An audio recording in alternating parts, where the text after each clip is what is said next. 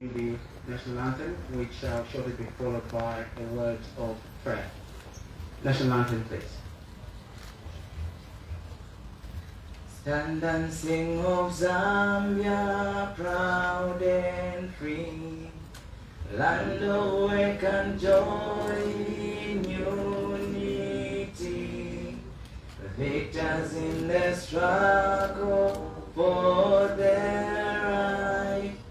We want freedom's fight. Oh, and strong and free, Africa is our motherland, fashioned with and blessed by God's good hands. Let us all our people join as one, brothers under the sun. Oh, one strong and free, one land and one nation is our cry. Dignity and peace needs Zambia's sky, like a noble eagle in its flight. Zambia, praise to thee. Oh, one strong and free, praise be to God. Bless our great nation. Free men we stand under the flag of our land, Zambia, praise to thee. Oh, one strong and free.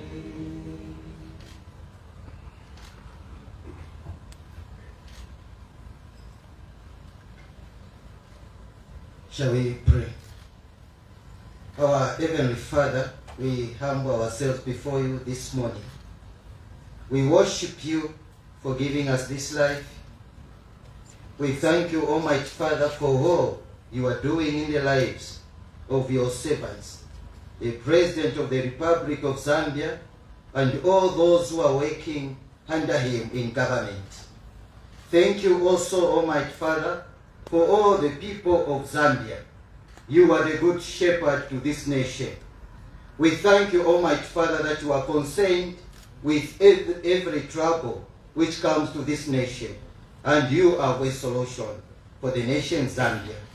We thank you, Almighty Father, that you have appointed your servants in government for this time to lead the nation. You are giving them wisdom, understanding, knowledge, how to lead the nation Zambia. They are more than capable to do the work you have given to them because you are with them.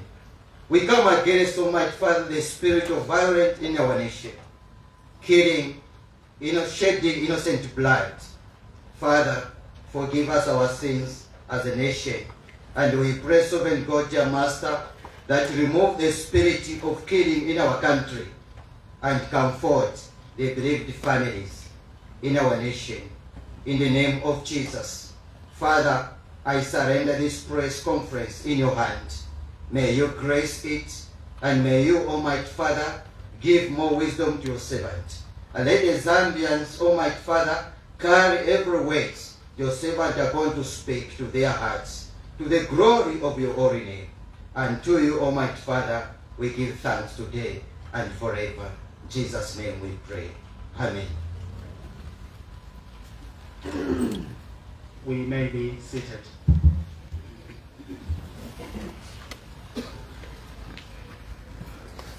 Mr. Hichilema, President of the Republic of Zambia, Mrs. W.K. Mutale Manumango, Vice President of the Republic of Zambia, Honorable Ministers present, Mr. Patrick Kangwa, Acting Secretary to the Cabinet, Dr. Oliver Kalamo, Deputy Secretary to the Cabinet, senior government officials present, colleagues from within State House present, colleagues from the media fraternity invited and present, all other invited guests present, ladies and gentlemen. On behalf of the President, Mr. Hichilema, I would like to welcome you all to the President's press conference for Q1. Now, I say Q1 or quarter one because we envision that the President should and will engage the members of the public through you colleagues in the media on a quarterly basis. Thank you for coming. And perhaps to echo the words of the President himself, welcome to your State House, words which I believe you're going to be hearing quite repeatedly, because this is your State House, whereas we are merely servants whom we have entrusted with the responsibility and duty to manage the affairs of this great country on your behalf. Thus, this press conference, Mr. President, ladies and gentlemen, all invited guests, is part of our standard commitment for the President to stay and remain engaged with the people who elected us into office and further enhance transparency and accountability in the way we, your servants, deliver on the leadership mandate you have given us. And before I invite the President to speak, perhaps just a few housekeeping rules. Number one, please, let us keep all our mobile phones either on silent or completely switched off to avoid distractions of any sort. The COVID-19 pandemic is very much still alive and amongst us. Let us all remain masked up as much as possible and maintain social distancing. And once the President has concluded his remarks, let me indicate that we shall take a few questions, whereas further guidance in that order shall follow through before we commence our question and answer session. At this point in time, I have the privilege of inviting Mr. Hichilema, President of the Republic of Zambia, to deliver his press conference. Mr. President, sir. Thank you very much, Director of Ceremonies. First, I want to recognize the colleagues that are here, the Vice President of our country, Republic of Zambia, ministers that are here. I've seen a couple of ministers, only a few of them, so to say. Also, Cabinet, Secretary of Cabinet, acting on the team from Cabinet Office, permanent secretaries that are here, maybe here, and indeed other senior colleagues in government. But more importantly, the press that are here in quite some number today. A very impressive number. Thank you for being here. And ladies and gentlemen, as Mr. Bwalia has said, our intention is to have quarterly engagements with the people of Zambia, minimum quarterly engagements, and we're in month 8 now. We had a press briefing earlier in the year, and later in the year, I must say previous year, this quarter ending March, thereabout, April, we are having this press conference. So let me start today's press briefing by acknowledging and thanking the people of Zambia for mourning the late President Rupia Banda together. For mourning the late President Rupia Banda together in peace and dignity. We did request you that we ought to mourn at the time he left us, President Banda, in an orderly manner, and I think we were able to do just that. So thank you to all of you who contributed to that dignified send-off to President Ban. With the independence generation, our generation gradually passing on, we must continue to cherish, to thank them for their contribution to our country's struggles, which obviously includes the independence struggle, liberation struggle, and for leading our country in those early years, very difficult years, but they were able to carry us through. So please, let's continue respecting them, those who are still alive, and learning from them, especially learning the art of unifying the country. It's very important that we keep our country unified.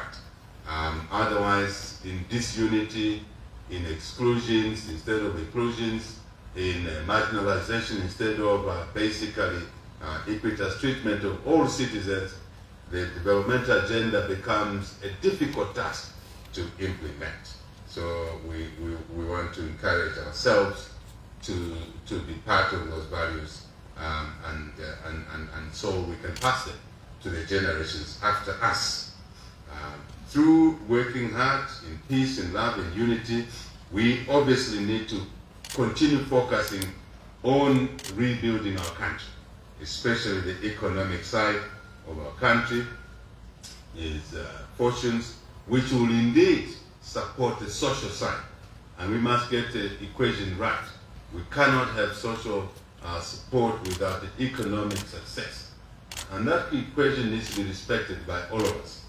In as much as we love each other, we support each other, if we do not succeed economically, we cannot support each other socially. We cannot look after the sick, the weak, the children, the differently abled in society. This is a song you will hear more and more from us, but we want you to see more actions as we implement those measures that will drive us towards economic recovery. When we came to office, ladies and gentlemen, we committed to implementing a culture of transparency and servant leadership. We made it clear this is how we are going to run the country. We even stated before we formed government that this is the way we are going to run this country. We never forget that we are first and foremost public servants. We are first and foremost public servants, and that we must at all times serve the public, the people of Zambia. Remember that. We do remember that, and I want to remind my colleagues in government, from the Vice President here, to the ministers, to those in cabinet, to those who are PSCs, to those who are fortunate to have been appointed in commissions, and indeed anyone working for the public sector, central government, local government, quasi-government, including parastatals, because sometimes parastatals believe that they are not public servants. Actually, they are public servants. So all of us are there to serve the people. We're conscious of that, and we like the public to understand that we are servants to them, and we must interact with each other in a manner that will enable both of us, first on our part, to perform our duties, on the part of citizens, to receive the services that they expect from us. I think that should not be misunderstood in any way. So it means those of us in public office must remind ourselves every day why we are going to office, why we come to this your state house every morning, why we go to our ministerial offices.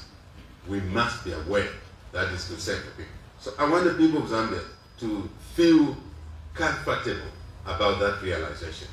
And we've seen something different. We've seen a lot of something different in the past. But you can be rest assured, this team, this president will continue reminding ourselves that we are who we are. We never forget that, and we'll never forget that. This means keeping you, our masters, informed like we are doing today, and in many other platforms, in many other ways, about the progress that we're making, but also about the challenges that we may be faced with as we serve you, the people of Zambia. To open ourselves to scrutiny, because that's important, from the media and from other citizens, as long as we are scrutinizing each other based on facts, and not social media talk and not innuendos. Because if we make decisions based on falsehoods, we will not achieve the objective that we set ourselves to achieve. And I think that goes without saying. It's an old adage. Those who tell lies have destroyed societies, time immemorial. And it hasn't changed even now. So press conferences are an important part of this commitment, but there are other ways that we should be engaging with the people of Zambia on an ongoing basis. We are here to answer to you openly and honestly. Openly and honestly. If we face a challenge, we'll let you know. And we'll ask for your support, your suggestions, how to deal with those challenges. If we don't let you know, ask us. That's the way it should be.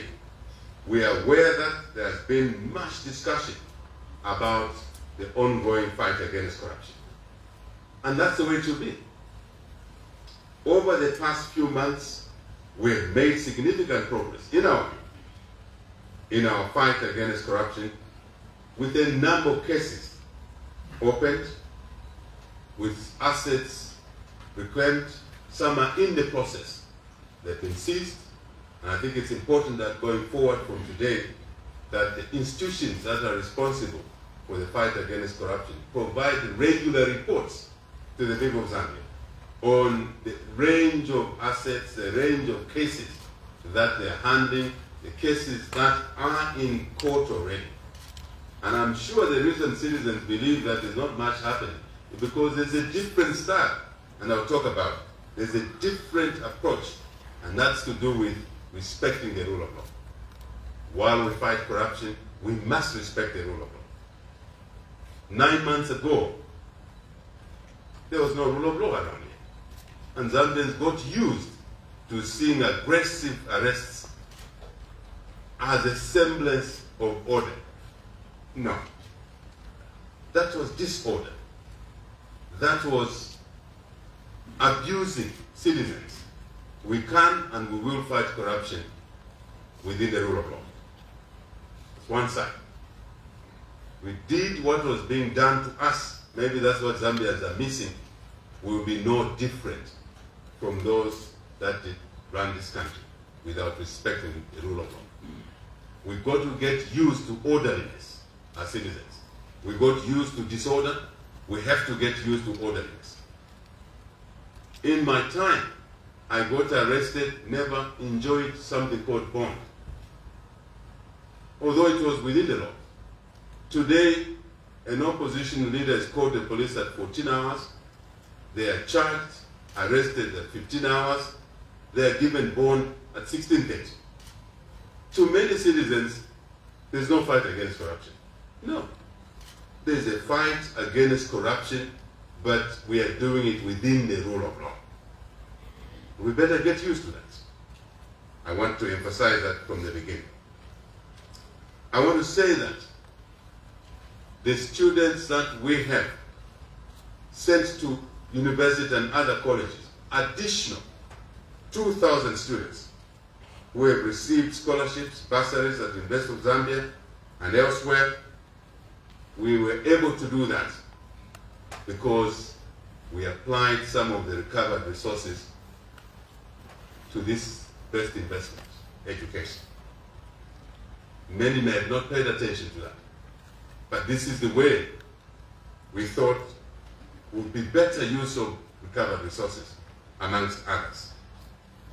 We understand, we hear your frustrations, those who feel that things are not happening fast enough. We understand you. And this is something we are addressing, including what I've said already. We are deeply committed to the two goals, I shall repeat, to the fight against corruption. A, fighting corruption. B, deepening the rule of law. I'm repeating this.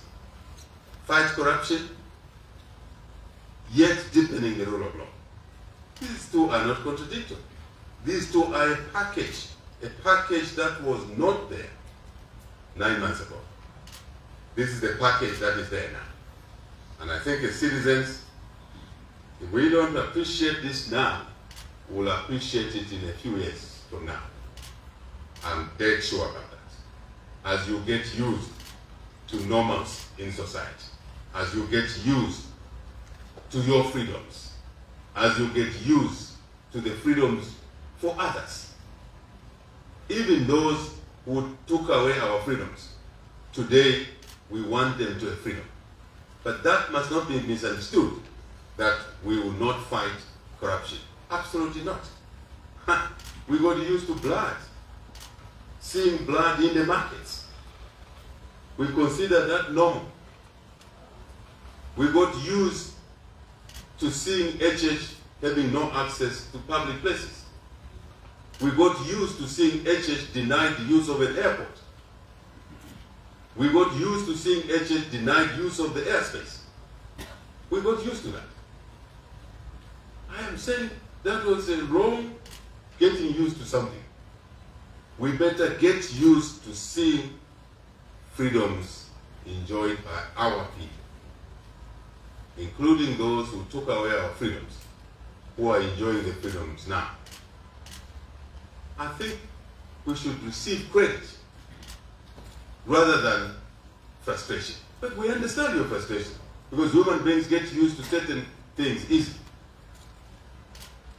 We are asking you to get used to order.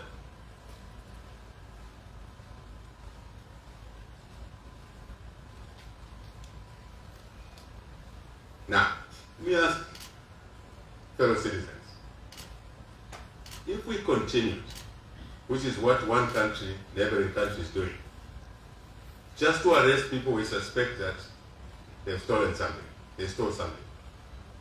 A neighboring country, we sent a team to establish, how is it that they've forced recoveries quickly? They briefed our team that we had struggled to recover because people were not cooperating. Thieves are difficult. And I agreed with that view, that thieves are difficult. That's why they steal from people. That's why they commit crimes. So we said, how did you do it? They said, we went to Parliament and changed the law.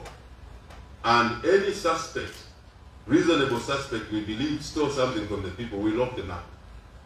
And locked them up for 90 days. And left them in prisons for 90 days. And we told them, when you are willing to talk, to bring the assets, we are here outside. Tell the prison warders that you are ready to talk, and we will talk to you. And since then, that country has recovered about $13 billion of public money. Is that a route we want to go? We should debate that. To accelerate, to arrest any suspect without due process of the law, lock them up for maybe 6 months. And they will talk. We know that they will talk. If we are to do that, we have to go to Parliament and change those laws. It is you, the citizens, that must make those decisions. But we'll probably be faced with a new problem where we'll be trampling on the human rights of citizens. So our job is to find a middle ground, to fight corruption, to recover assets, which we need most, citizens need most, but still respect human rights. That's a core. That's a core which I believe will be respected in a couple of years from now.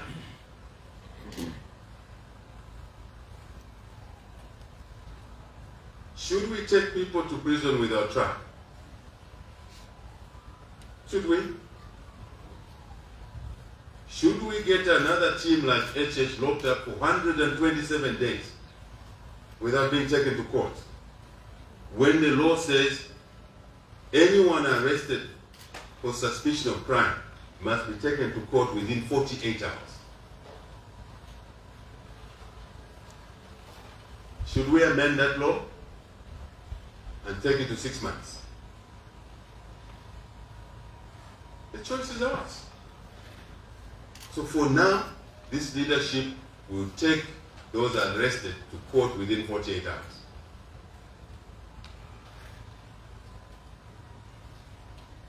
And if their matter is bondable, they should get bond.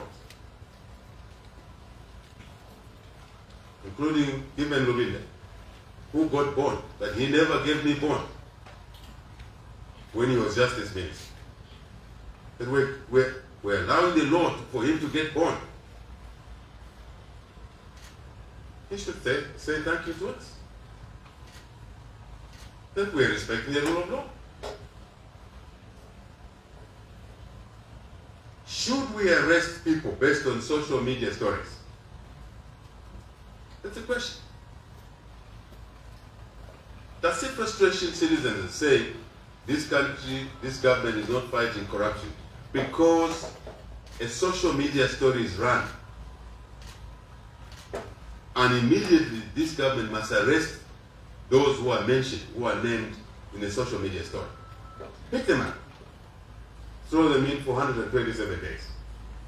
It will be you, the same citizens, who will complain. Because even you will be named very soon by somebody who doesn't like you and post something on social media that you stole something, and we will arrest you. And you'll be in for 127 days. Some of you have no spine. You will break down after 10 days. You must say thank you to this government. This government had the right to be vindictive. This president could have been all out arresting people because I was the most discriminated citizen in this country in the last 10 years. The most detained, the most abused.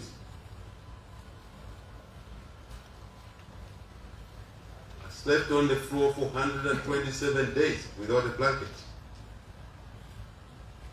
I was put in a cell with fecal matter on the floor and all the walls. In the line, no toilet, no ventilation, no lighting for 8 days.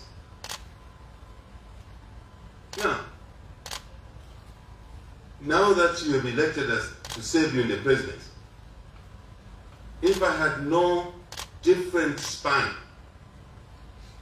I could have rounded up all of those people,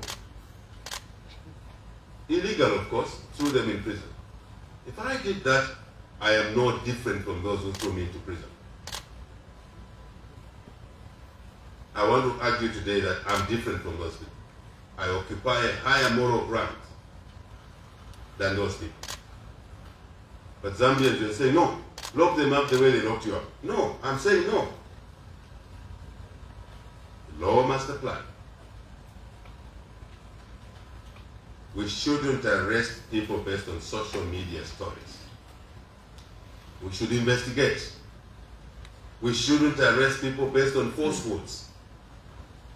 We shouldn't. That's an era of the past.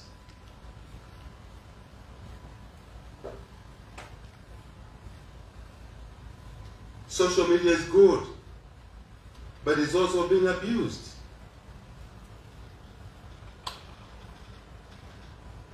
Should we believe what Nakachinda said, that HH called judges at his house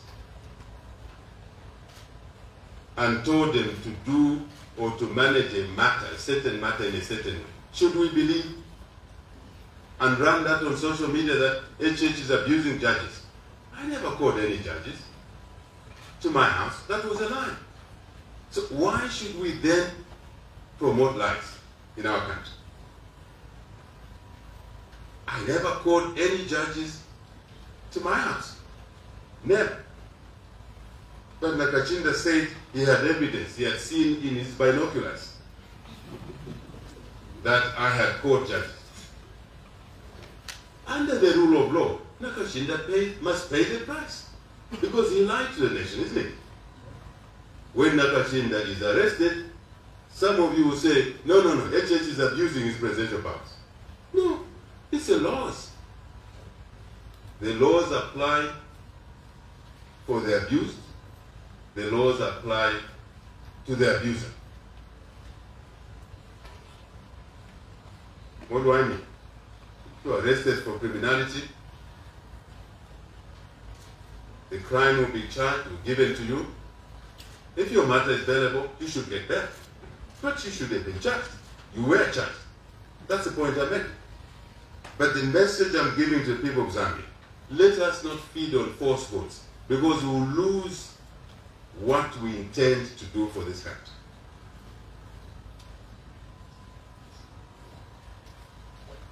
When he got arrested for lying that, or contempt of court, he went and said, no, that was a political statement. What is the meaning of that? What does that mean?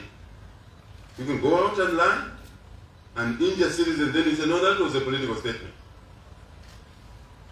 2 days ago he said, and I hardly refer to individual names myself. You have seen I don't respond to criticism. That's who I am. I don't. Publicly. I will respond by acting on the criticism, by correcting what people are saying, if what they're saying is true.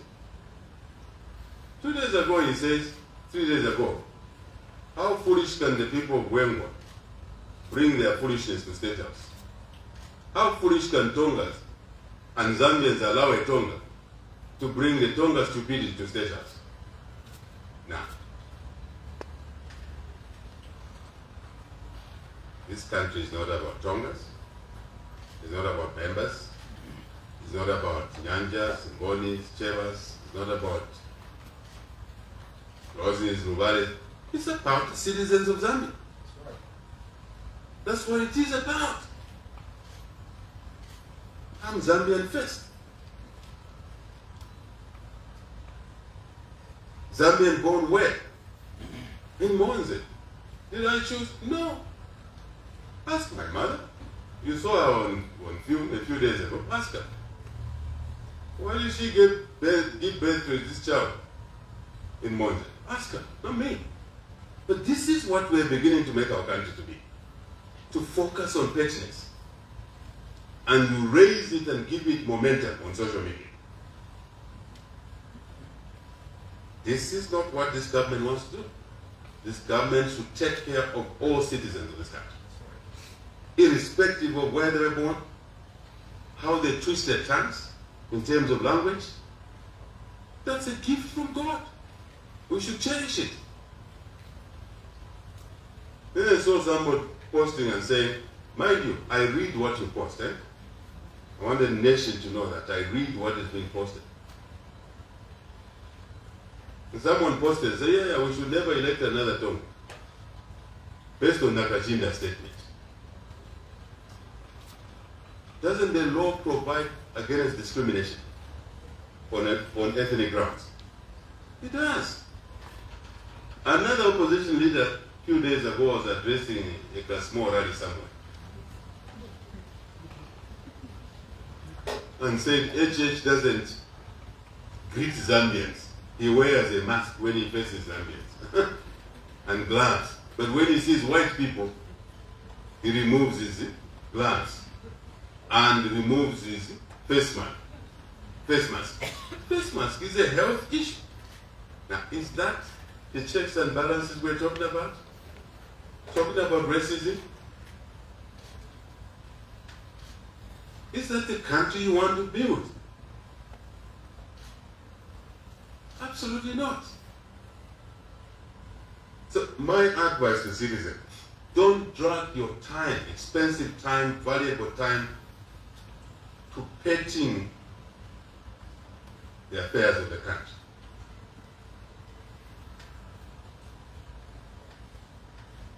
Our approach to the fight against corruption is that there is no compromise on the fight against corruption. No compromise. Past, present, future corruption. No one should stand in the way of the fight against corruption. No one. No insinuation that there's an ethnic issue in the fight against corruption will sway this government.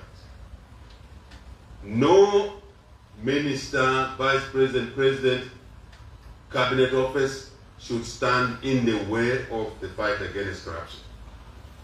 We are aware that the stock of many people in public office interacted with corruption firsthand. We are aware of it as they conducted their office duties. Some were used in the corruption process. My advice to you is that we've kept you in office because you are a citizen, because we want equity and fairness. But we're not oblivious to the fact that you may have been involved in corruption, and your best conduct is to walk away from protecting corruption. If you don't walk away, you will exit anyway. And when you exit, don't complain. No one in State House will protect the corrupt, the clique of the corrupt, who believe now they have a new lease of life because we are following the rule of law, because we are giving the police bond. The system is giving a police bond. That's a mistaken understanding. No one should stand in the way of corruption. I mean Auditor General, I mean Anti-Corruption Commission, I mean Drug Enforcement Commission, I mean DPP. I mean that. I mean that. We mean that. No one should protect the corrupt. You do that, you're on your own. It's a futile exercise to do that. You do that, you're on your own. You're a cabinet office, you're shielding the corrupt, you're on your own.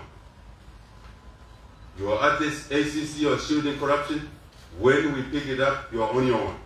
You're in State House, you're on your own. You're a minister, you're shielding people you know were corrupt. You are asked to swap people around. You don't want to swap people, you're on your own. You are DPP, you're on your own. No one is above the law. No one is above the law. Nobody. I guess that point is clear.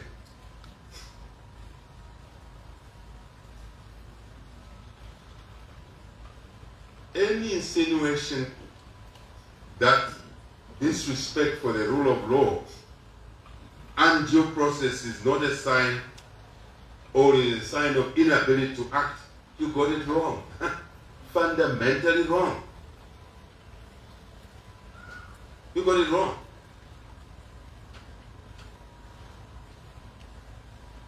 It is clear that the clique of thieves are using people in public office to do all sorts of schemes. To do all sorts of schemes. I think respecting the rule of law is a strength, it's not a weakness. And will be proven right very soon as we normalize this society, as citizens begin to enjoy their rights. But where your rights end, someone else's rights start.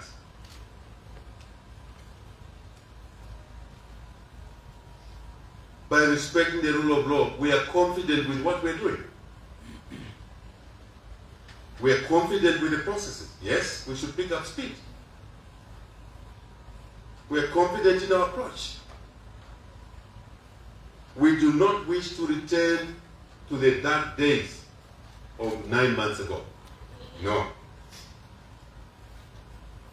If you have stolen, you have abused your office,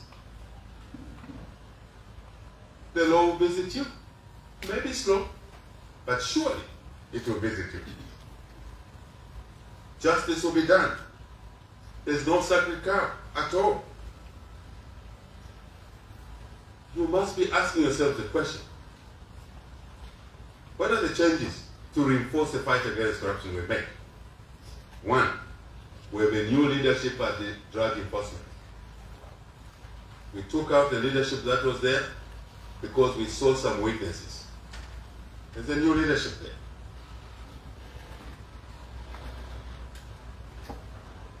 There's a new leadership at the Anti-Corruption Commission. There's a new leader of the judiciary. There's a new Chief Justice there, in case you haven't paid attention to that.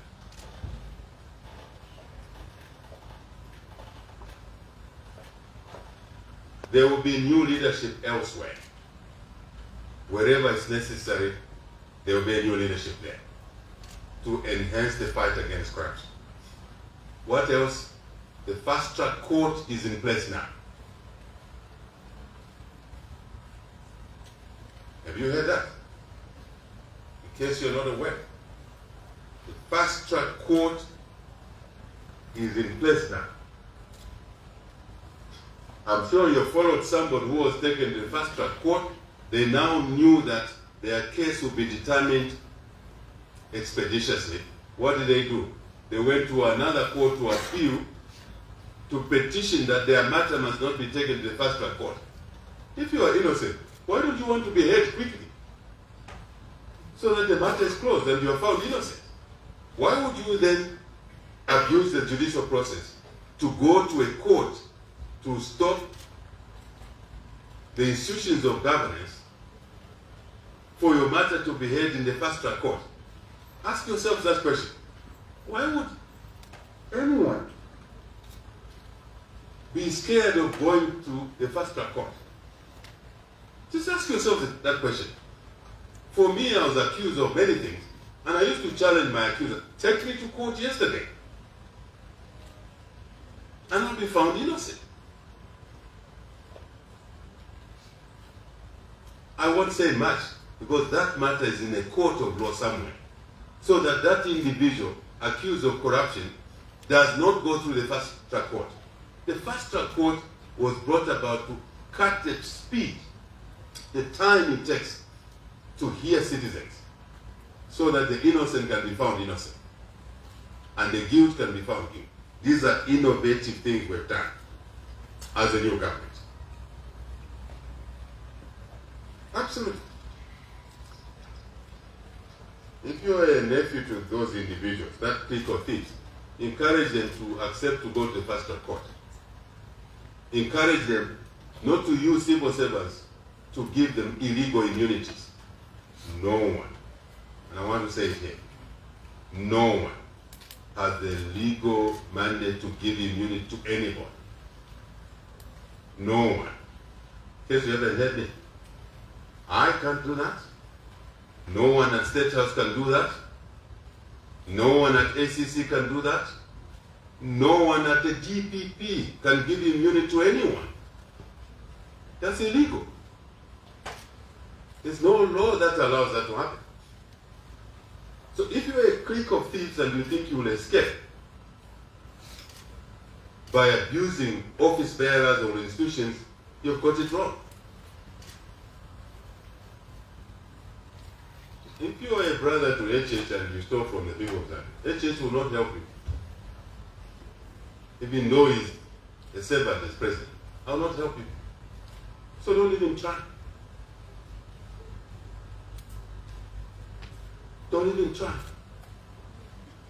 So why are we debating a non-issue? That's the question. Why are we throwing so much energy on a non-issue? Because this is a non-issue.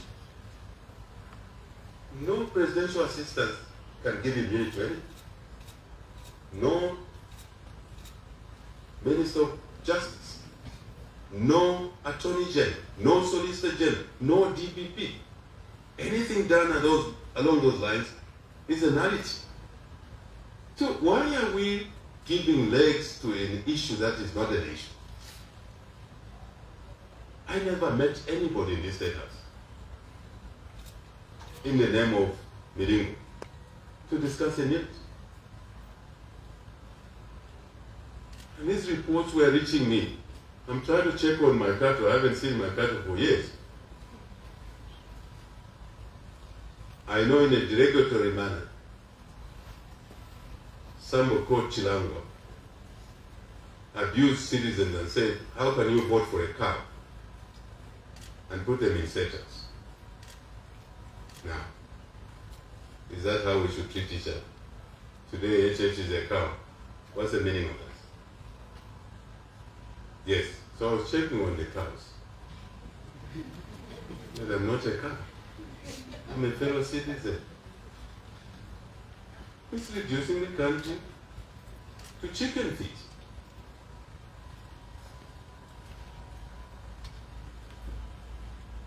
We have to deal with this immunity issue. There is no immunity for anyone. And the social media ran it. One of the colleagues sent me a message that they said, you gave immunity to Melega. I said, no. I have no capacity to do that. But the nation fed on this thing and it became the most important thing instead of fighting to create more jobs for the people of Zambia.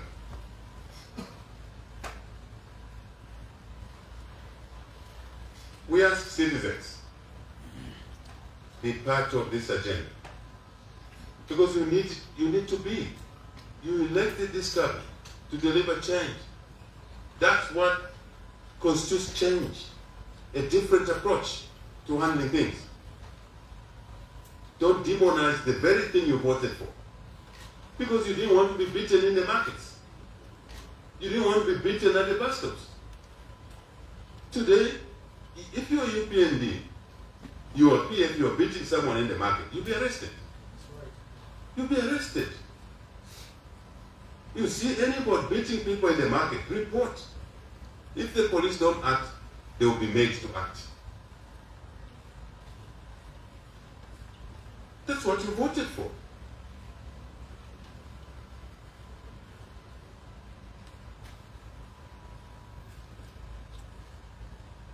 We have asked the Anti-Corruption Commission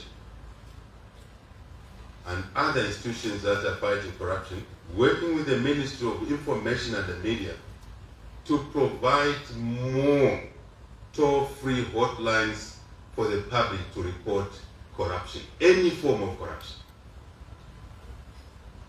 You abduct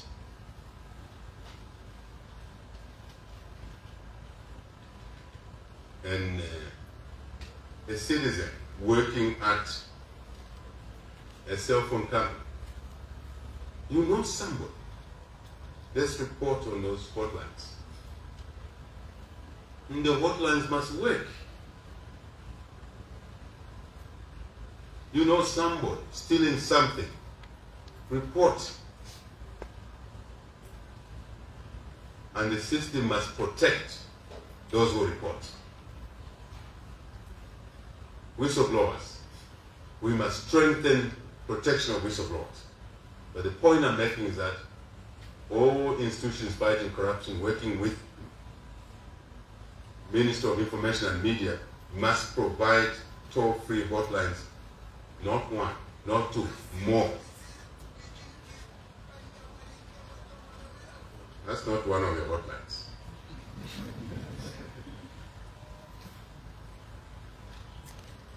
If you are asked for a bribe, I'm asking citizens now, through the media, if you are asked for a bribe by any government officer, by anybody, report that individual. Be factual. Don't send on social media and expect the president to act or the oversight institution. Be factual. Report anyone asking you for a bribe. You want to get a license? You want to get your title deed? An officer at lands asks you for a bribe, report that officer by name. I encourage you to record them.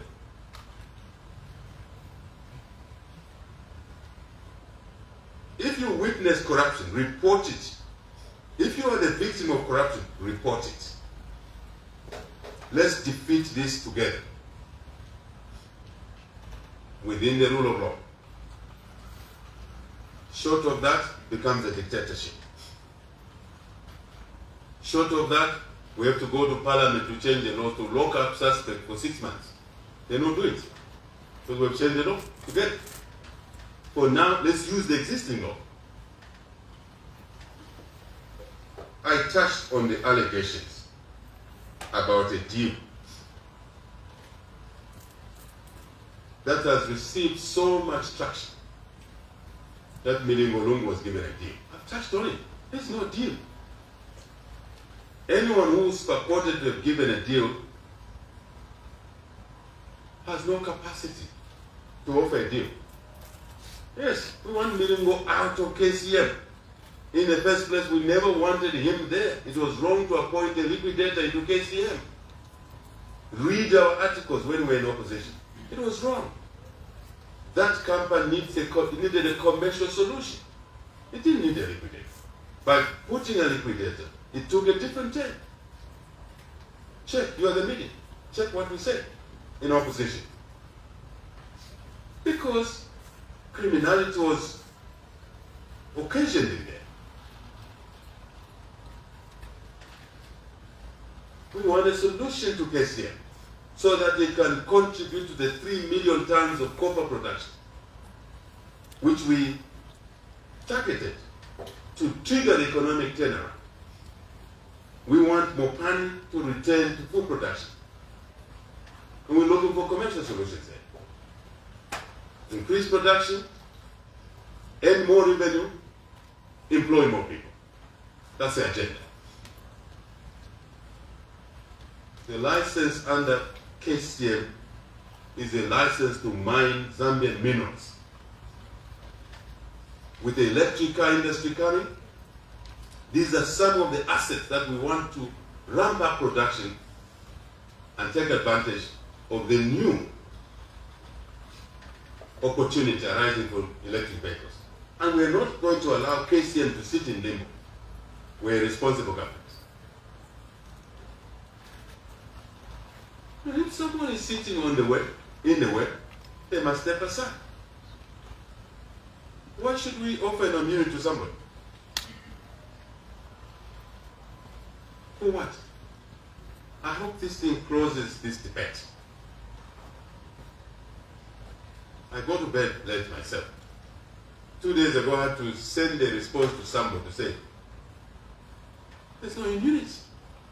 Then he responds about 01 in the morning. He says, Mr. President, you've made my day.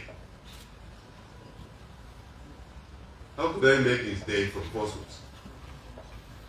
Honestly speaking. So please take it from me as your servant. There is nothing like that. If anyone offered me an immunity, it's illegal. But if anyone did that, they're on their own. Did you hear me? They're on their own. Because it's a non-issue.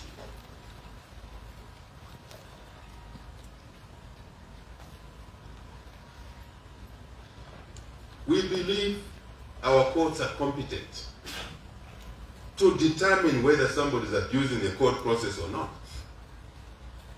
We believe our courts are competent and they will discharge their duties to the nation. And let me say this, 3 arms of government: executive, legislature, parliament, judiciary. All of us work for the people of Zambia. None of these 3 arms of government work for themselves. None of us are above the law. None of us. We work for the people.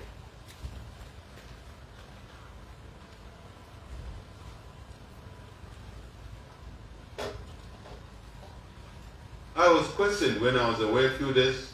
I took 4 days off from your house. Just 4 days. Because the other days were Easter holidays.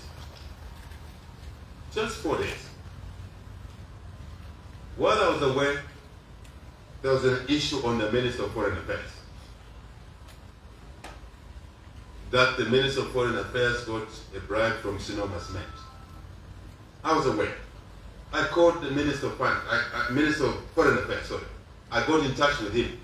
What is this thing I've heard? The first thing I did was not to read what was on social media and continue reading, was to then get in touch with the minister himself. Minister, have you seen what's being said? He said, yes. What were you doing there? I asked him that question. What were you doing there? He explained to me, private visit, he's building in that area. He wanted concrete mix, pre-mix. I said, continue. Continue. He explained. He said he got an envelope with a calendar and diary inside. Maybe he shouldn't have done it. It's him talking to me. I said, what were you carrying in that envelope? Because it's my duty. I'm the supervisor. I'm the supervisor to the vice president. In case you're not aware, that's the law. I'm the supervisor to the ministers. I'm the direct supervisor. I have to ask. And I asked on behalf of the people of Zambia. On behalf of the people of Zambia. And he gave me the answer. And he said, perhaps, Mr. President, I should have not taken the calendar at the time.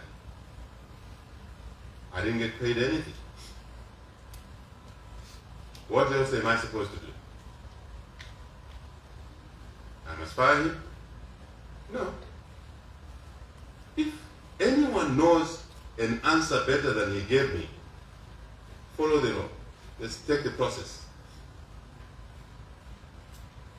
But on your behalf, I took the opportunity to ask him. Because we're clear, none of us should take any bribe for anything. None of us. It's very clear. But that includes none of you as citizens as well. But we're in public office, the scrutiny is higher on us, agreed, and rightly so. If anyone has more information, let us know. Because we're accountable to you.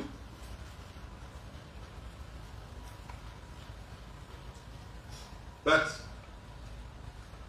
you say you got money, bring that hotline or tip somebody. You think somebody in State House got money? Tip somebody. You think a minister, another minister got money? Vice President, the President, tip somebody. We're together on this one. We will always be together on this one. And other ills that destroy society.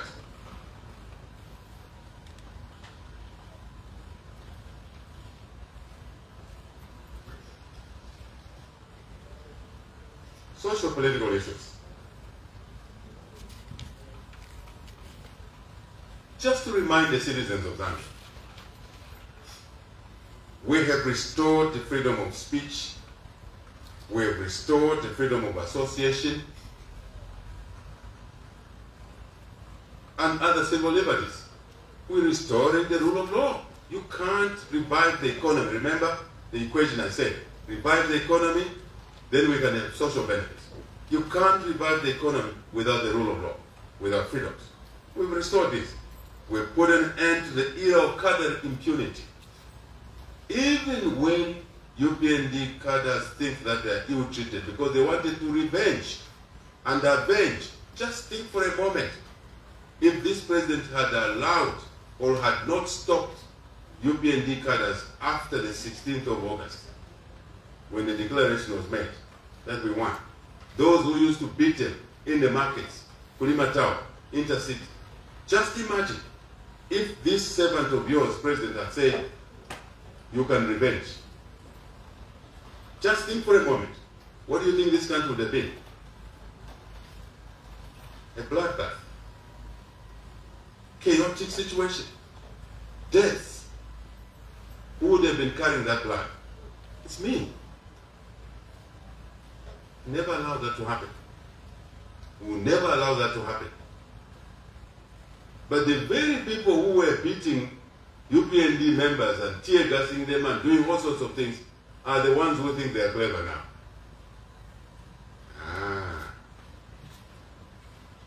You must praise God that a decent president took office. What you did to the MMD in 2011, if we were to do to you in 2021, after 16th of August, a lot of you would have been killed. I would have never allowed that to happen because we're made different from you. Don't take that to mean something else. UPND members, I say to you, I will not allow you to be the new thugs in town, to be the new thugs in the markets. No. Trade in the markets. You are free to do that. Your citizens trade alongside a woman, a widow. That's what we want to see in our society. But to brutalize anybody? No. Why? Because we want freedoms to prevail. I know there's pressure. I'm aware, but I'm sitting on the lid, and I'm not allowing the lid to open. Because if it opens, I'll be responsible for providing no leadership. We are providing leadership. In as much as you are complaining, in as much as you want to revenge, no. But you who were beating people, don't celebrate. You must pray harder. That is decency in leadership today. Don't provoke people.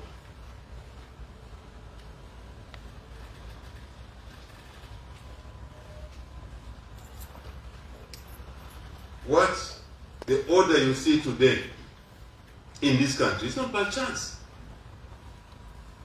It's orchestrated. Throw your memory lane. Throw your memory lane. Take your memory to Chipata during the campaign, Chipata Airport. Take your memory there.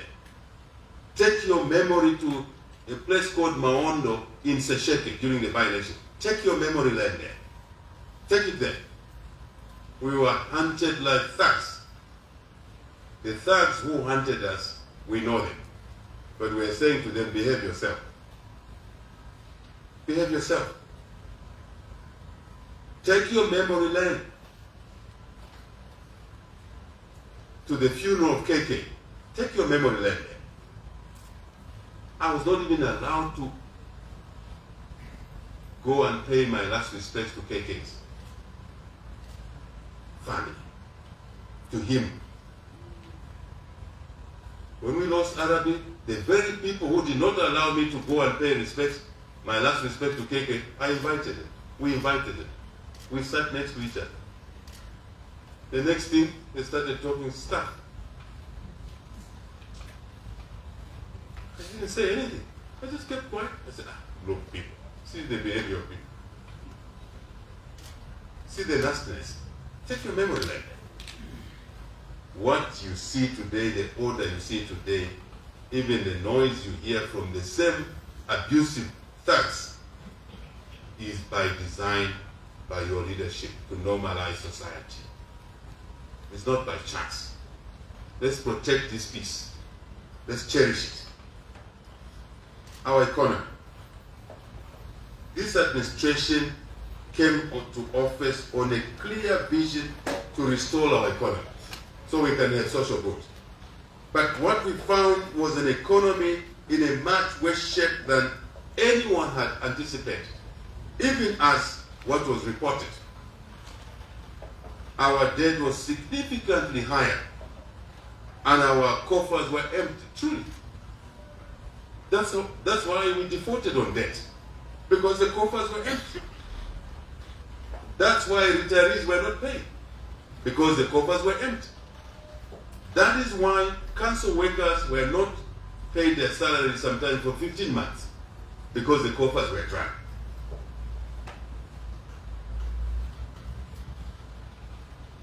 The ship called Zambia was not just a ship going in the wrong direction. It is a ship that needed to be turned around dramatically. It was rapidly sinking. It was leaking not in one place, but in multiple places. This is a ship we inherited. I know someone wants to say, don't talk of the past. How? You need to understand where you were in order to know where to take the country. You need to do that. This country was leaking from multiple places. This country was being ransacked by those that were put in office to protect the public. And so our first focus, attention, has been to plug the holes and stop the leaking. And we're getting there. That's why we've not defaulted on debt. Which default we inherited is because we've taken certain measures. That's why council workers are being paid on time, because we're sealing the leakages. That is why retirees, a good number of them, have been paid. Ladies and gentlemen, Vice President, Minister, Cabinet, that is why we have paid retirees. Because we're leaking the leakage, we're sealing the leakages.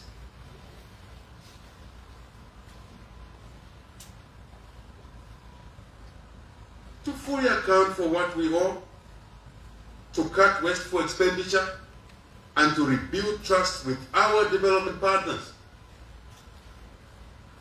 was a big priority to us. Creditors, so as to begin to resolve the budget challenge. Someone asked me a question, Vice President, says, why is the UPND government not paying certain contractors? This is stifling the economy. I said, oh, give me an example of contractors that are not being paid. And they gave me an example. Road contractors, feeder roads, who gave themselves contracts illegally, corruptly, in 2020, 2021, to the tune of 13 billion kwacha. That's the money they were flashing around during elections. Given contract to do roads, they don't even have a hoe or a shovel. But they siphoned money through contracts. Someone signed the contracts. He or she who should have protected citizens facilitated the corruption. And bills were rendered, 20% down payment for a contract of 400 million. Calculate. 10% of 400 million is 40 million kwacha. 20% is 80 million kwacha. They got paid 80 million kwacha. But they did not do any road. Then they billed for another portion of the contract. We found those bills and we said we are not paying these bills. And someone says to me, you're not paying local contractors. You are killing the economy. Economy cannot pay for theft. They've even written to us that, why are you not paying these contractors? We have said to them, an audit is taking place. Come and tell us why you want to be paid when you did not build any road. They haven't come. But the pressure on social media, pay the local contractors so you can revive the economy. And someone says, this is what the development economics say. I said I did more than development economics. You can't pay for a service you did not receive. That's not how you grow the economy. That's how you destroy the economy. We are plugging those holes. We're plugging those holes. And rightly so. We've even cancelled some contracts worth billions of dollars. We are proud that we've cancelled contracts that were illegally issued, contracts that were overpriced. You know one of the contracts I love talking about. You know it. We've cancelled that contract with pride, with our heads high, to protect the public, from wasteful expenditure. And citizens are complaining. Then you are part of corruption. What is? Last year, we reached the staff level agreement with the IMF program on the debt restructuring. You can't build the economy with a huge debt mountain. You can't. We said so during our campaigns. You can't. And we undertook to dismantle this debt, to create room to release resources towards debt service into the economy, to create jobs, to grow the economy. That's how it works. That's how it works. In a few months, we were able to reach that position. And we said by the middle of the year, 2022, we should be talking about this debt restructuring under a common framework. And our detractors were making a lot of noise. No, you've ignored China. You are ill-treating China. We were working. We don't make as much noise as you do. We are working. And a few days ago, I'm proud to announce to the nation something you know already, maybe to repeat it, that we engaged China, we engaged other creditors to negotiate a debt resolution package, even partial. And today, a few days ago, to show to those who were making noise that we've ignored China, we engaged China, myself as president. It's my job. The job you gave me. Minister of Finance team, together. Foreign Affairs, we want to thank China. Thank you to China for joining the common framework, agreeing to join the common framework to resolve the debt crisis. We've done it. Against all odds, credibility, seriousness. This couldn't be done for 10 years. We've done it in 8 months.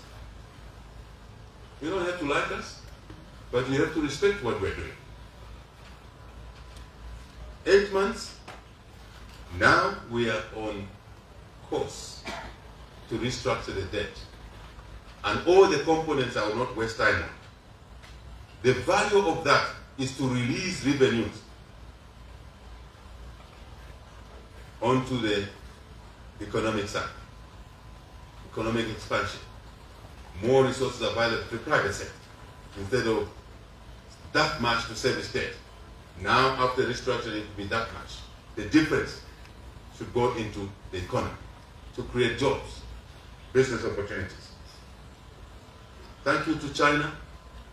Thank you to other creditors. Minister of Finance, I think he's not here today. He's out there. Governor of the Central Bank is out there. ST is out there. And I'm in touch with them almost every day. We've sent, as Zambians, we've sent them to do work for us to restructure the state. And somebody is saying they will return. What are you going to return to government to do? If I may be a bit cheap. You created this debt mountain. You ran the economy down, which was growing at 6-7%. You ran it down to 5, to 4, to 3, to 0, to minus. Today you want to be smart and say the New Dawn government has failed. The New Dawn government is resolving the mess you left behind, the mess you created. You should say thank you to us. That's what's happening. Zambians must run and be proud that they put a government that is able to tackle serious challenges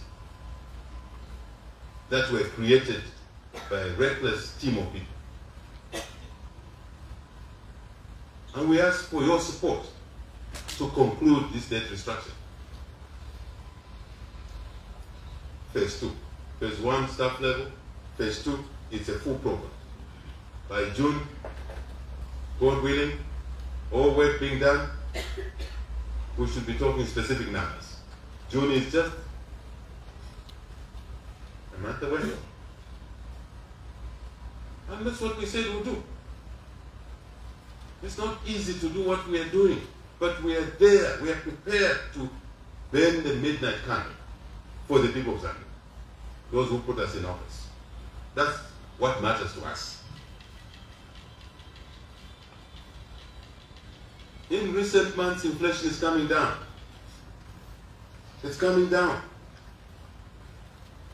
24% down to 13%.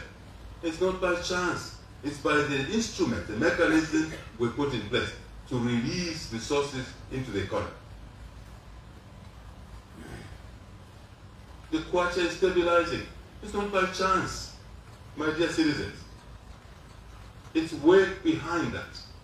That's what you see from the surface. But behind that is a lot of work. But we're there to do it for you. You put us there to do the work for you. We are well aware that once we open the economy in the real sense, the jobs will come. Business opportunities will come for Zambian businesses. Yes, government has created 40,000 jobs plus. Teachers, medical staff. That's not enough. I'm the first one to admit that that's not good enough. A lot more jobs should come from the private sector. That's why we are dismantling the tech. That's why we are unlocking and stabilizing factors that create it difficult, make it difficult to do business. The engine of economic growth is the private sector. I want to repeat the announcement I made a few days ago. That after working hard, looking at how we can unlock the private sector development, shortly we will be launching what we call the Public-Private Dialogue Forum for Development as a way of working. You heard me. Public-Private Dialogue Forum for Development. What is this? The government and the private sector will be working as one in unlocking all those issues that are standing in the way of business. Zambian businesses, other businesses growing. Streams of work, agriculture, energy, all of those as examples. We'll be working as a daily routine with the businesses in those sectors. Let me give you an example. Today it takes 6 months or more to get water rights for a farmer to irrigate a wheat field. If that farmer is on the Tafue River, the delays in issuing licenses, by the time the license is issued, the water will have no longer been here. It will have been in the Indian Ocean. It's gone. We want to unlock those issues so that the water license for irrigation can be given on time. So we'll sit with the irrigation farmers, with the Ministry of Water, the Ministry of Agriculture, and agree that licenses must be given within the shortest possible time, so that we don't lose water into the Indian Ocean and become salt water. Just one example. We will also bring work streams such as unlocking KCM, unlocking Mopani, because they are key. Every day, working together. I heard someone saying HHs and the government are ignoring local business. We're local people ourselves. Local businesses come first, but they have suffered over years. We work together to unlock those opportunities.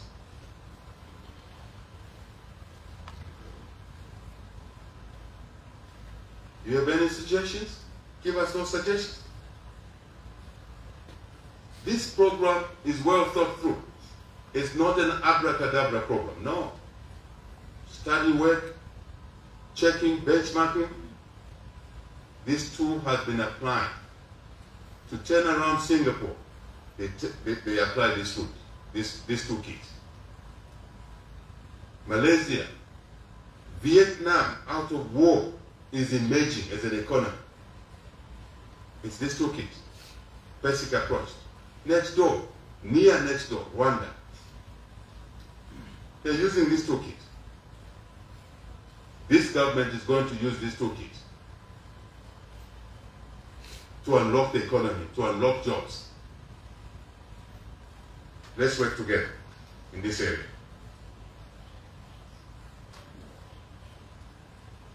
In our first budget, we passed the seeds of development. Very important landmark. We realized that many children were not in school because parents had no money. or they were offered. Against all odds, against all the criticism, we have offered free education. And I was checking it in my village school. It's working. It's working. It's working. It's deliberate. It's not by chance. CDF is deliberate. It's not by chance. 1,000 plus increments in CDF. There are teething issues. Registration of cooperatives. Minister of Energy, Minister of Youth, Minister SME, Minister Local Government must unlock these rigidities in the next 10 days so that our young people can access certificates and get on with the CDF. Never done before since independence. Decentralization. It's not by chance. It's deliberate. The cost of living, we are aware. We are consciously aware and we share with the people of Zambia the cost of living issues. Our hearts are there with you.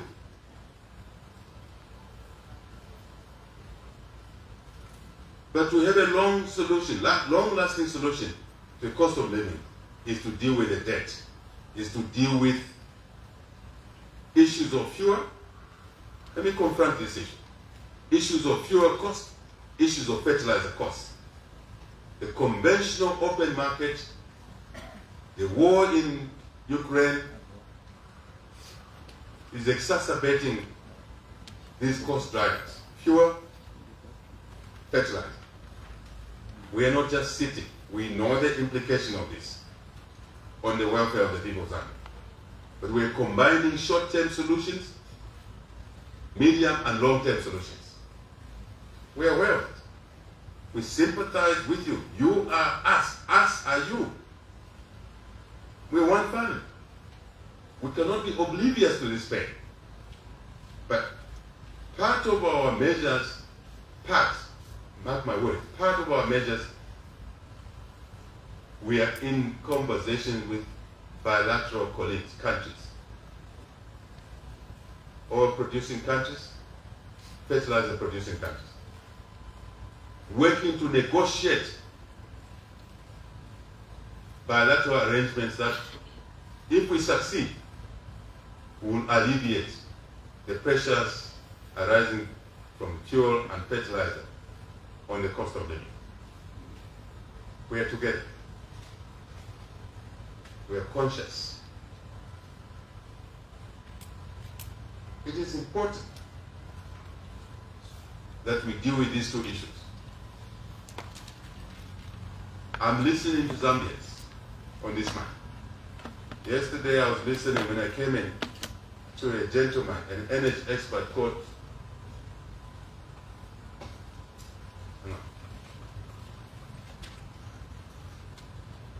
Mr. Chikwanda. I think some of you have heard him speak on energy. I think he's a good Zambian, Mr. Chikwanda. I've asked my team that they arrange a meeting for me with Mr. Chikwanda so we can compare notes. Because we want to draw on the pool of all Zambians that have a view and a possible solution on the cost of fuel, cost of fertilizer. If you know someone else, let us talk.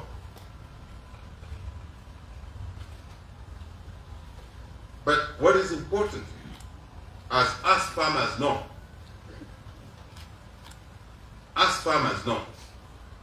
and I'm encouraging those calling us cows to continue. As us farmers know, planting the seed is just the first step. It takes time for the crop to grow. We feel the pain by the citizens of Zambia. We're working to address the cost of living. Work together in this area. But patience, turning around the economy, which was leaking everywhere, is not done by the day. It's done over a period of time. Together, we shall overcome and create a lasting solution to these short-term issues which are damaging.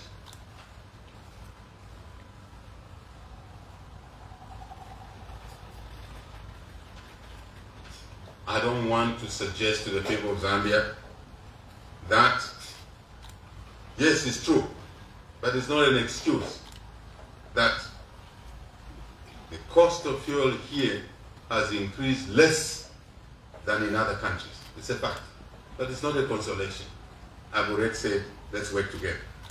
And we'll be reaching out to anyone else who has a suggestion, a solution. That's the way it should be.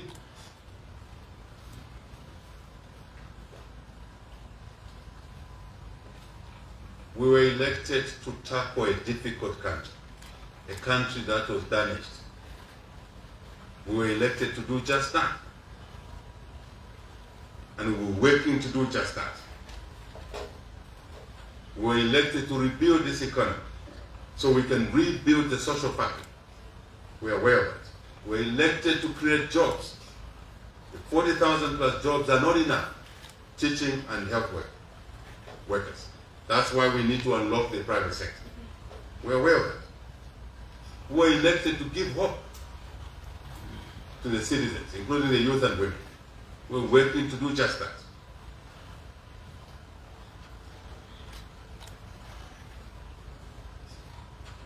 We know our mandate. We appreciate the decision of the people of Zambia to put us in office greatly, because they could have elected somebody else. We appreciate that. We will not abuse that opportunity. And I want to call on my colleagues in cabinet, permanent secretaries, vice president, all of us. We are not on honeymoon. No. We were thrown by the people of Zambia, and we asked them to do that. At the deep end of the ocean, we have to swim. We have to work for the people. That's the common denominator.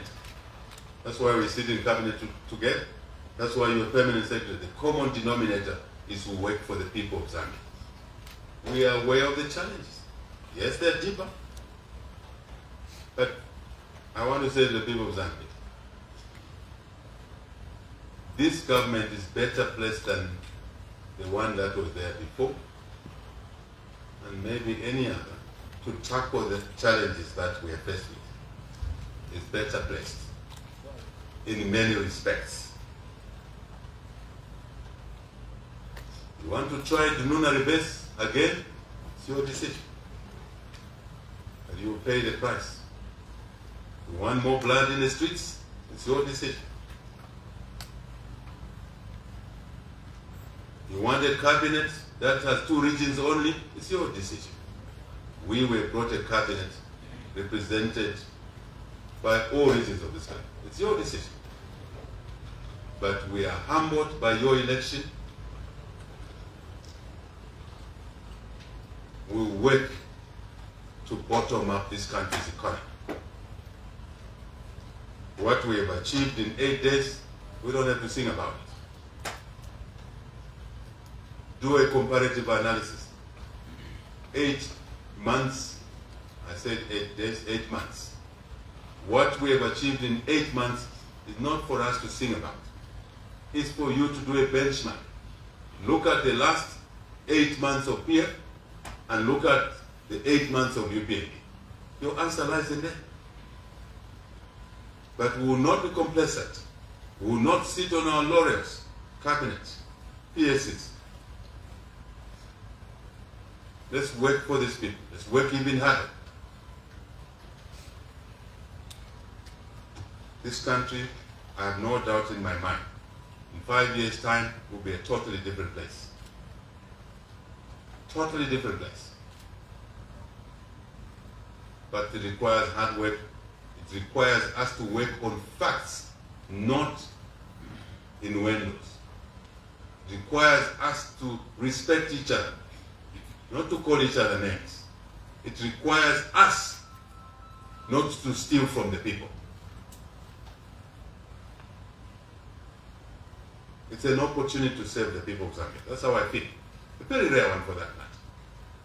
And we take your criticism, we take your views. That's the way it should be. But you made the right decision. This place in 5 years will be a different place. Watch the space. You may not see what some of us are seeing, but you'll see it very soon. You're already seeing it. Last 8 months of PF, compare those 8 months with the last 8 months of UPND. You have your answer in there. Ultimately, we do what is humanly possible, but we pray to God to give us more wisdom, to give us more energy to work for His people. You, the people of Zambia. Thank you.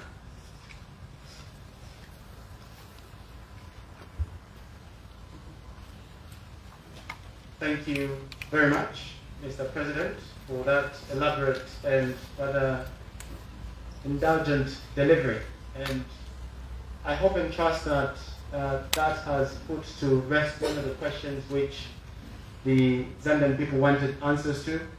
And I hope that colleagues in the media have taken note.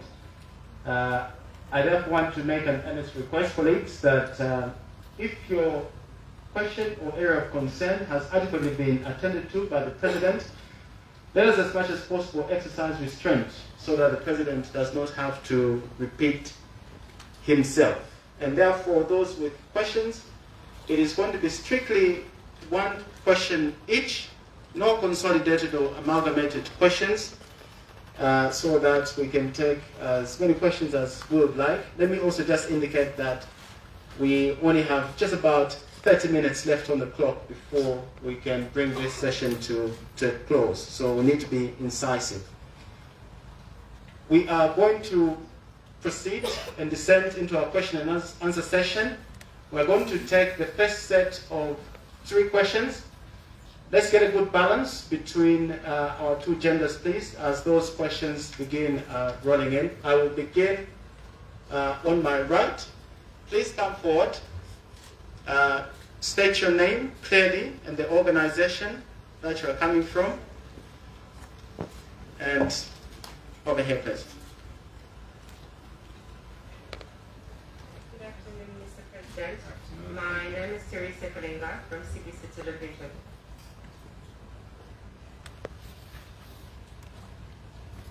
And Mr. President, you have guided the nation and emphasized the need for citizens to avoid rumor mongering.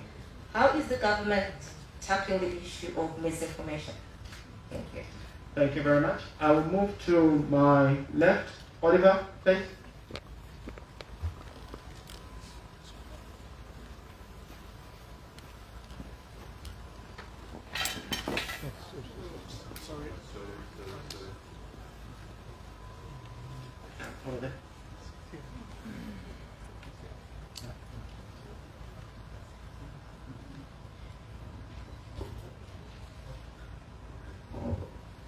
Good morning, Mr. President.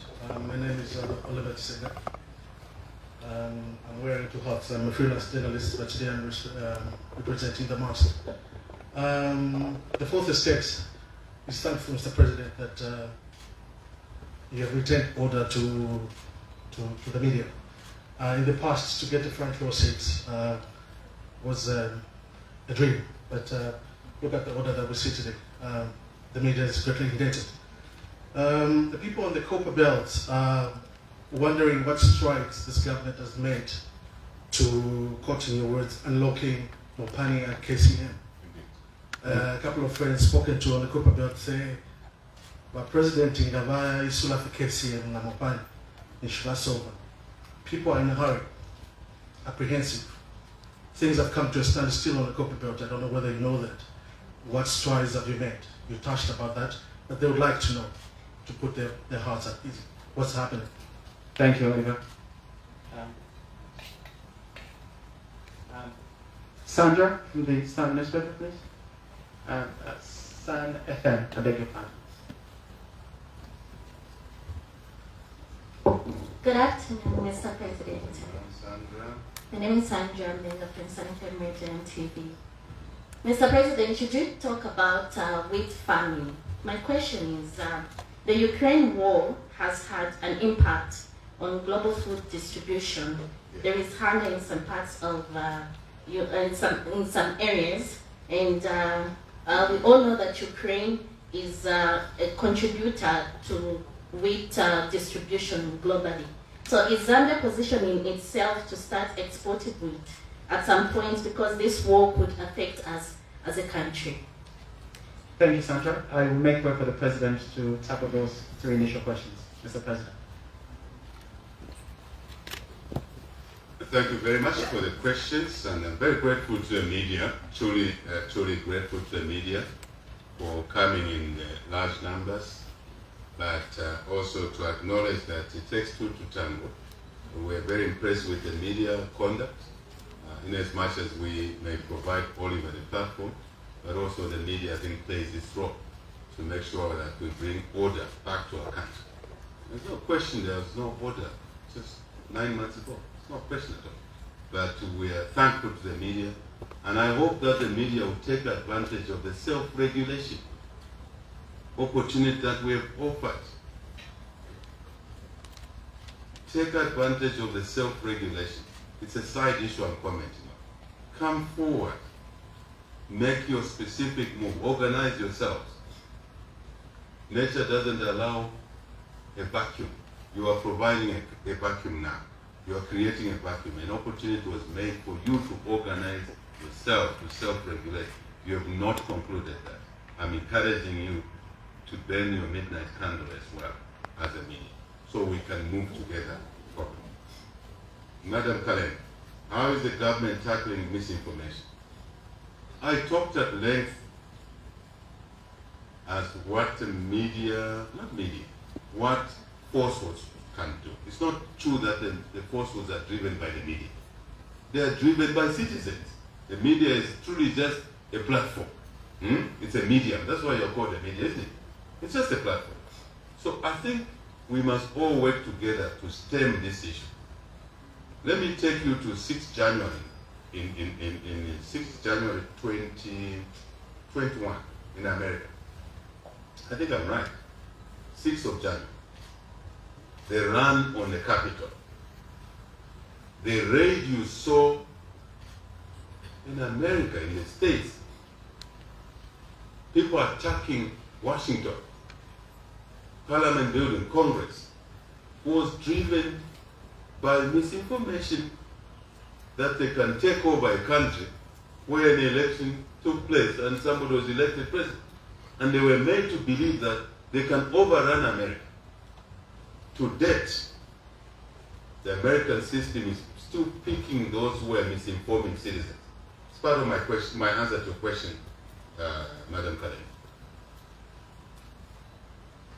When you misinform citizens, you are breaking the law. You are offending the laws of this country. When the law enforcement picks you, don't complain, because you are breaking the law. That's the last measure, to make citizens comply to the laws. You can't say the freedom of information allows you to tell falsehoods. No. In the HH household, at the micro and macro family, you are not allowed to tell lies. It's part of our values, not to tell lies. Even biblical, in a Christian country, you should not tell lies, because lies can kill. As Nakachinda said, I was calling judges at my house. He lied. It was a lie. But how is it that also the formal media is running the platforms and allowing lies to grow? We must check ourselves. This is self-regulation I'm asking for. Wait a second. Mwikale panshi, mulanshane na imwe. Muntu alele pobufi. Ana maboza. But that's the lead story in the media. That shouldn't be the case. That's the second part of my answer to the question. First, illegality. Lies are illegal in our statutes. So the law enforcement will enforce that. And don't complain. Going forward, the law will be enforced. Because part of the rule of law. You can't have your cake and eat it. You can only have it because you haven't eaten it. If you eat it, the cake is gone. So you can't have your cake and eat it. You can't have your freedom and abuse your freedom. No. The law will stand in between to protect those that may be damaged by falsehoods. That's what we should be doing together, Bakalenga.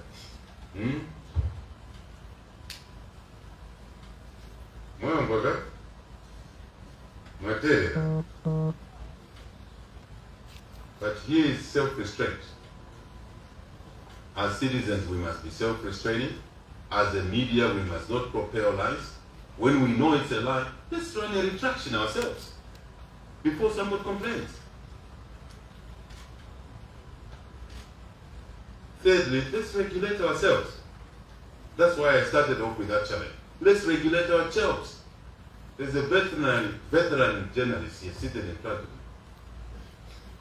Let's consult him. Sorry, I'm exposing you, sir. We need elders. I hear every time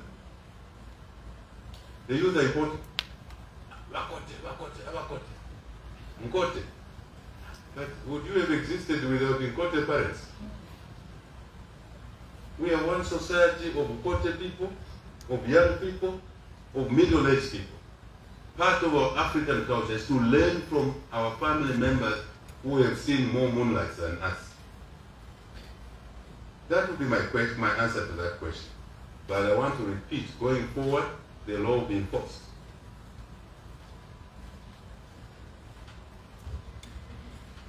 Oliver, measures to unlock KCM. I talked quite at length that in this public-private dialogue forum for development, we are putting KCM and Mopan as work streams. Are we together? We have already been doing a lot of measures. That's why you hear the noise on the liquidator of KCM, because you're sitting in the way of resolving the KCM problems. The rest I will not say much. But KCM, Mopani, Oliver, to unlock KCM, Mopani, we believe Mopani we are very close. I don't want to be over-ambitious. Part of my character is self-restraint. Part of my character is to say less and do more. That's how I was brought up. We are different in character. Some people make so much noise, but do very little. Somebody is praising themselves that those who don't build houses are fools. Me, I only spent $150,000 to build this house. Unapesa $150,000.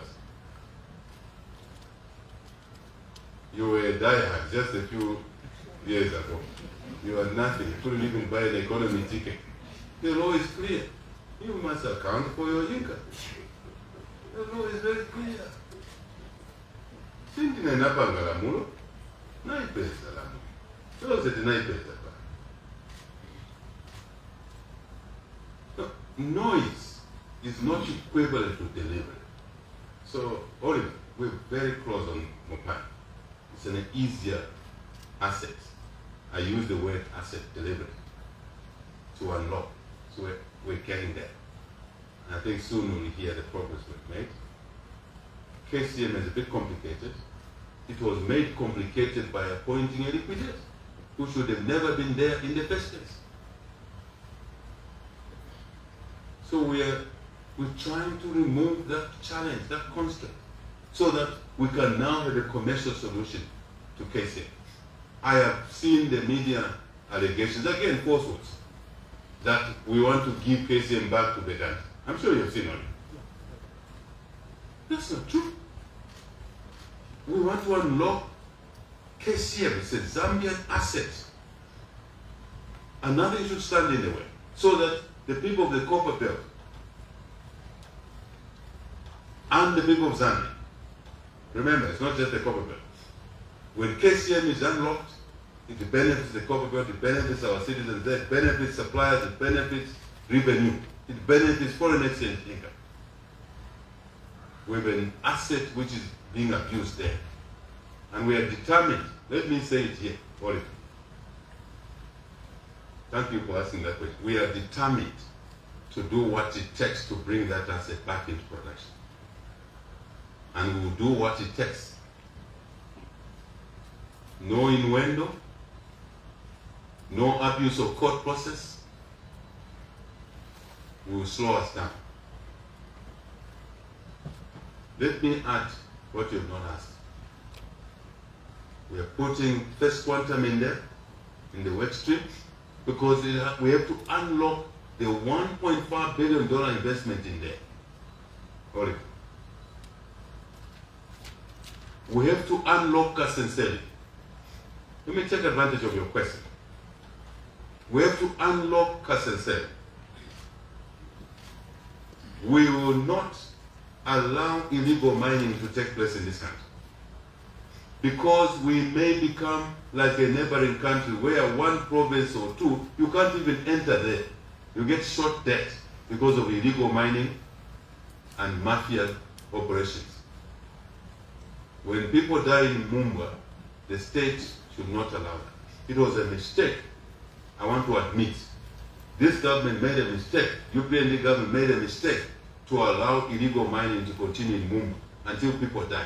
I accept that mistake on behalf of the government.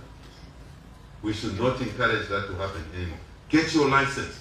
That's why we have shut the licensing office cadastra at mines to reorganize it for you, through you, for the people of Zambia, so that licenses are given to Zambian citizens. We said so in the campaign. Take the opportunity to get a license and be a legal miner. That's why the Black Mountain, we've issued licenses there. That's what we committed in the opposition. No one talks about that. You don't have to sing the song, but see the actions. Yes, there are teething issues there. They were always going to be there. But the issue is to legalize mining at the Black Mountain and mining in a safe way. We don't want people to die. This president is there to protect lives, not to take lives. Citizens were killed 9-10 months ago. We don't want that to happen under our watch. So, Kasenseli Holma, the Black Mountain, so many mining assets that have been sitting underutilized, we want to bring them into utilization, create the jobs and the income, take advantage of the electric vehicle industry. This is our opportunity. This week, I hope Cabinet are not, because I've been away for some time. President Tshisekedi is coming here. Am I right? Welcome. Am I right? Yes, Lord. You saw me going to Congo several times, Oli. One opposition leader says, HH is going to Congo, there's nothing in Congo. I said, Ankara Kuchu. Ankara Kuchu. What we were trekking to Congo for is now maturing. The president is coming here, visiting us, and we're signing agreements to exploit our common resource endowment, to take advantage of the electric vehicle industry arising from climate change, Oliver, so we can earn more money on our electrical vehicle metals. What are they? Copper, cobalt, manganese, manganese now is a valuable mineral. We want citizens to benefit from manganese. Not illegal mining, not killing our people. Nickel. Of course, the list goes on. There are only 14 countries in the world, Oliver, just to share information, needed. 14 countries in the world that host electric vehicle metals, minerals. 14 countries. 5, 10, 14. Of these 14, 7 are on the African continent. Of these 7 on the African continent, the top 2 is Congo and Zambia. You heard me? And we are working strategically. That's why we're working with Congo. The 2 of us lead the resource endowment on these minerals. And we want to maximize the value that the country gets for the people of Zambia. I have extended the answer to your question. We're not sitting. A few days' time, we're signing. Black and white, signatures. And we're on the move. The rest you hear. I admit, maybe we're not giving you enough information. Going forward, we should give the people of Zambia more information in what we're doing. Sandra, Ukraine war, distortions in the wheat supply chain in the world, you are right. I'm very impressed with your knowledge, man. Many citizens are not aware of what you just said. But it's not just wheat, man. It's potatoes. It's fuel. It is natural gas. It's so many things.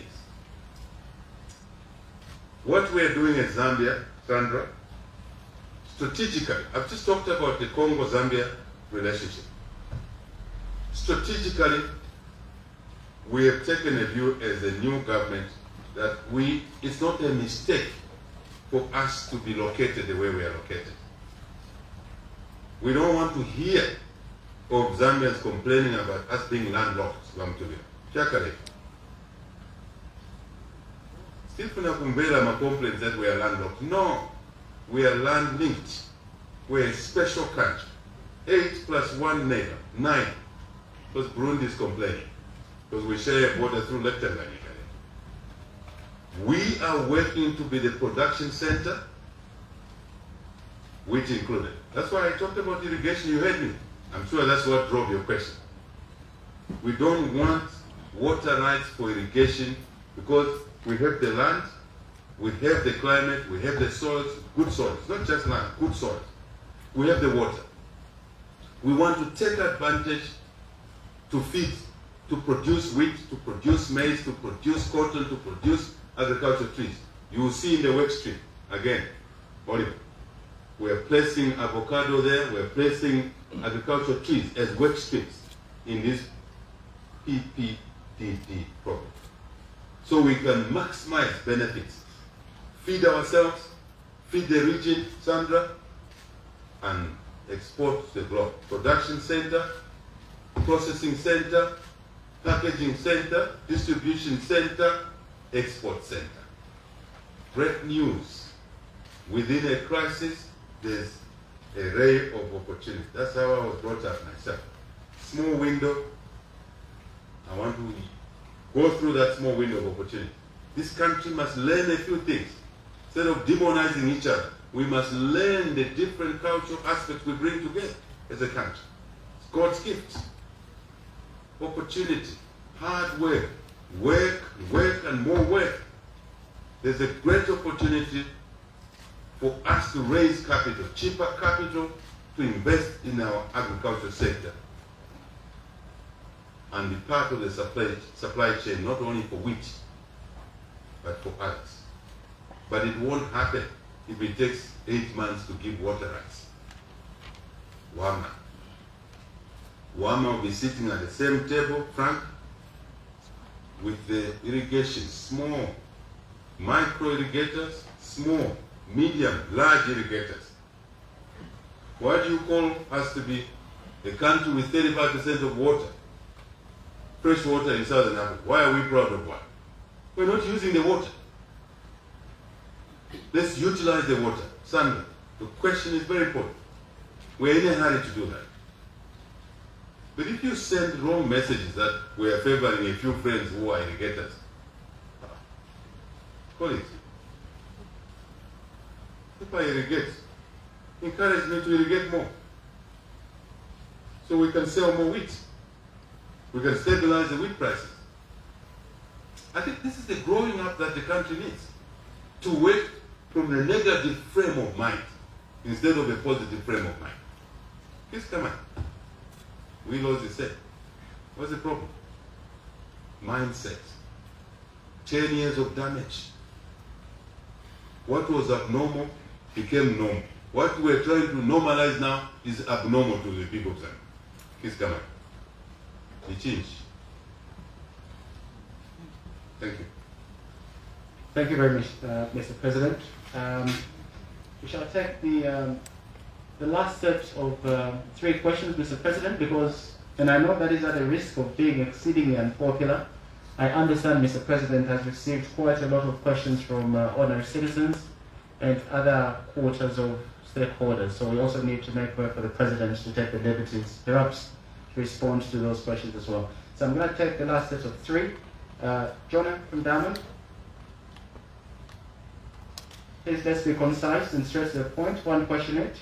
Then the lady closest to me as well. Thank you. My name is Dininda Jonah from Diamond TV. Mr. President, I would like to draw you back to a few months ago, and this is because of an audio that was published suggesting that 2 members of your team were conniving to undermine the democracy of the country. And this audio sparked the long-standing debate around the Cybersecurity and Cybercrimes Act. So my question is, from where you're standing, as has been on record, what is your position with regards to this law in Zambia as a government and as a political party as well? But also, what is your position with the 2 that are accused to have been in this audio, and what conclusion have you made? Thank you, John. The lady. Good afternoon, Mr. President. My name is Priska Lumingo from Millennium Radio. Mr. President, when you were talking about the high cost of living, if I got you clearly, you stated that the government has started engaging other countries on the issues of fuel and fertilizer to cushion the high cost of living. But my question is, what short-term homegrown measures is the government putting in place to address the daily challenges the Zambian people are facing? Thank you. Thank you very much. Wells?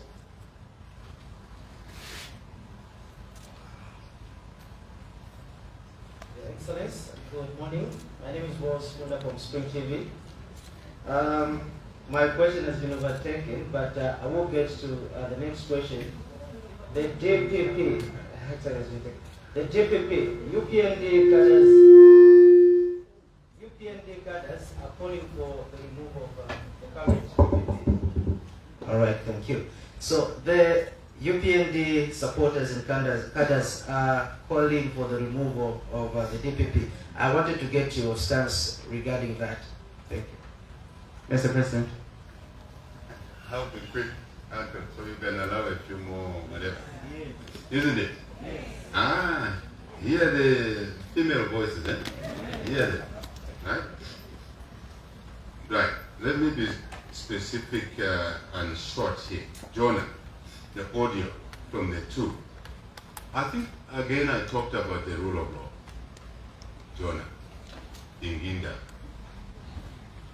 The rule of law is what we should use, is to apply the rule of law. It's not to be draconian. It's to be sober about these issues. It's to use the rule of law. Let's apply the rule of law. When you raise a complaint, you should be free. The toll lines are coming, do that, or anyone else. I think that's the thing to do. Do not be draconian about these issues, because I know the pain of draconian behavior myself. I'm the victim of draconian behavior, together with others. Some lost their lives, like Lawrence Band.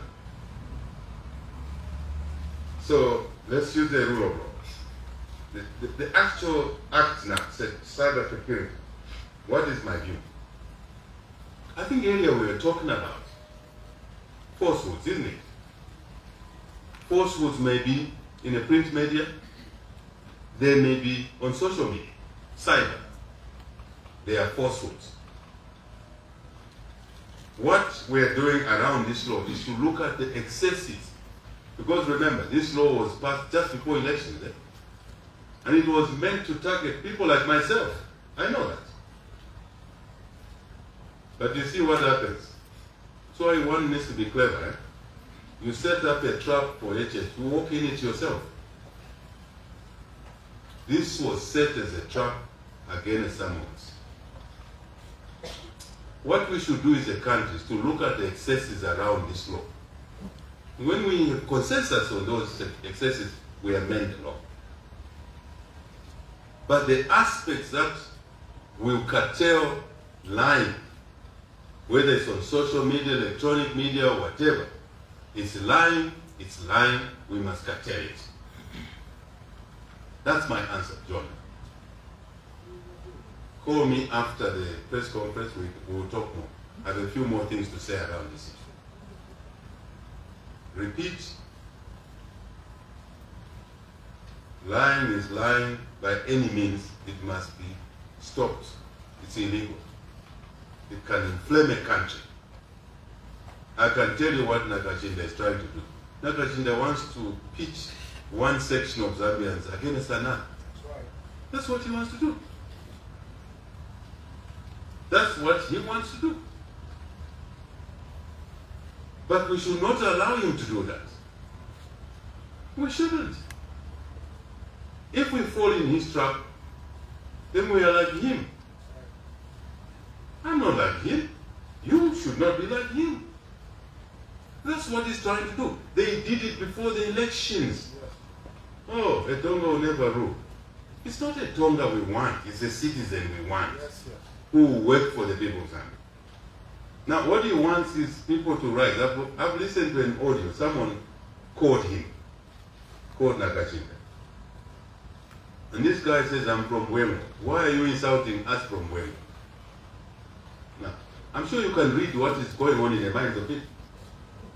One day they will find him and attack him.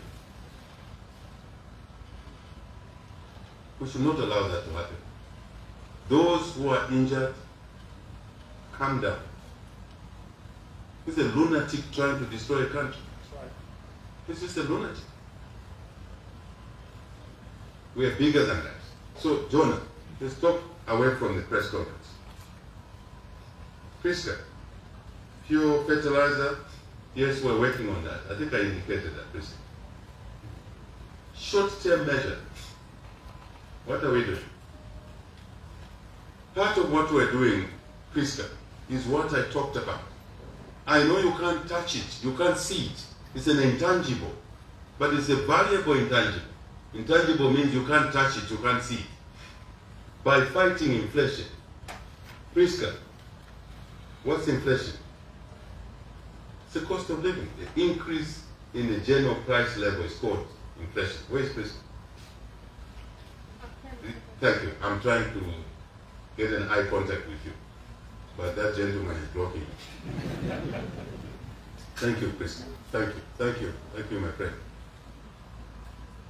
The measures we're taking is not what we're doing today. It's what we started doing as we took office.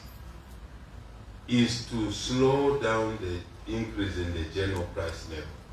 That's the simple meaning of inflation. The increase in the general price level. That's what we brought down from 24% to 13%. Numbers don't lie. I've always said to Zambians, we should love numbers. If there's a subject you should love, and I loved it myself, it's numbers, because they don't lie. This is an immediate action. And because of the measures Priska we put in place, we're able to slow down the general increase in the price level. That's the meaning of inflation. In simple terms, layman's language. From our trade language, we define it slightly deeper than that. That's an immediate measure, number one. Number two, my dear friend Priska, that is why we made a decision in our very first budget to offer free education, Priska, so that the pressure parents were having to pay for school children's fees can be alleviated from them. And the government then subsidizes education. That's the meaning of free education. It's a subsidy. I've heard another opposition leader saying, this UPND party does not believe in subsidies. Free education is a subsidy to the citizens, so that education, which is what we need most to develop a country, is available to students even when parents are stressed. I passed through my village school, and I don't know my media guys if they showed it. I didn't even take a holiday because there were thousands, hundreds of people there. 05 in the morning they were arriving at the farm. What are those people, what do they want? They said, Mwanangu wagainde, ndabola urumba for free education. I'll put it in English. If I speak Nyanja, nobody complains. I speak Bemba, no one complains. I speak Lozi, people complain. I speak Tonga, people complain. What's the problem? A skewed mind. It's a skewed mind. Created through hatred. Years of hatred. Yet we share bedrooms together. Just the language becomes a source of hatred. That's a gift from God. We're a Christian country. I am saying multitudes of people were coming, 05 in the morning, old women, grandmothers. And I asked the question, can I help? We've just come to greet you, our son, and to thank you for giving us free education. Now our grandchildren are in school. We don't have to sell our chickens. We don't have to sell our goats. We don't have to sell our cows. The dreaded cows in the minds of one Chilango. That's how I grew up myself. Earned money from selling cows. I still do it. It's good business. I want to encourage the youth to go farming. I want to help you to raise cattle. It's a good thing. Good business. You don't have to steal from anyone. So, free education, Priska, is to address the cost of living, to take away the cost of school fees from families. Then the money that they are left with, they can use it on food. They can use it on other things. What else? CDF is a decision we made deliberate to give the youth and the women some social support. It's another subsidy. It's just called by a different name. Immediate measures is to lessen the pain that we as citizens are going through. CDF in there sits women fund, youth funds, grants. Grant is money you don't have to pay back. But we've also put soft loans in there so that a youth who wants to be better than Hagainde. I was very impressed when the media posted the stories of us checking a little, just small numbers of cattle. Small numbers. And many youth said, HH, we also do what you're doing.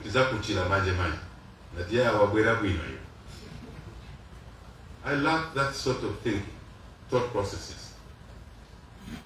It's to allow a youth, anyone, to borrow on a soft loan, very small percentage. The Minister of Local Government gave the figures of percentage of loan interest so that they can buy 2 cows, 5 cows, and in 5 years, I'll tell you the numbers, they will have 50 cows in 5 years only.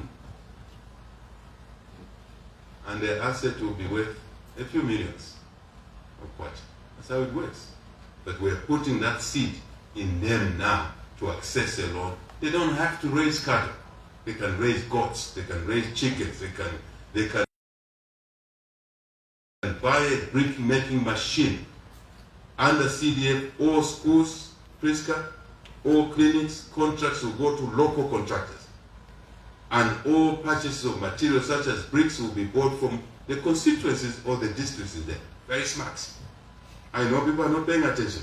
Watch that space in 5 years' time. Watch that space. See how the rural communities and urban, peri-urban communities will develop. Just watch that space. I know you don't see it, it's too early, but after 2 or 3 years you see it. That's vision.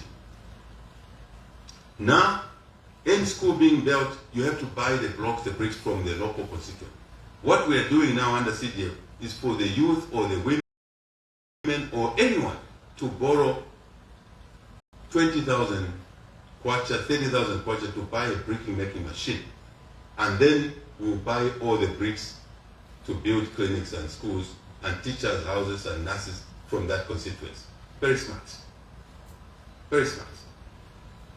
So a youth, a woman, a citizen can borrow. That's a subsidy. And will buy the blocks. And tomorrow, a year later, there will be a different individual. You can't see it now. You'll see it very soon. A seed is put in the ground, Priska. You have to wait for it to germinate. You have to water it. Patience. You have to harvest. And when you harvest, don't do ubomba muivala. Adiamuivala. Don't do that. Bad habits. Bad.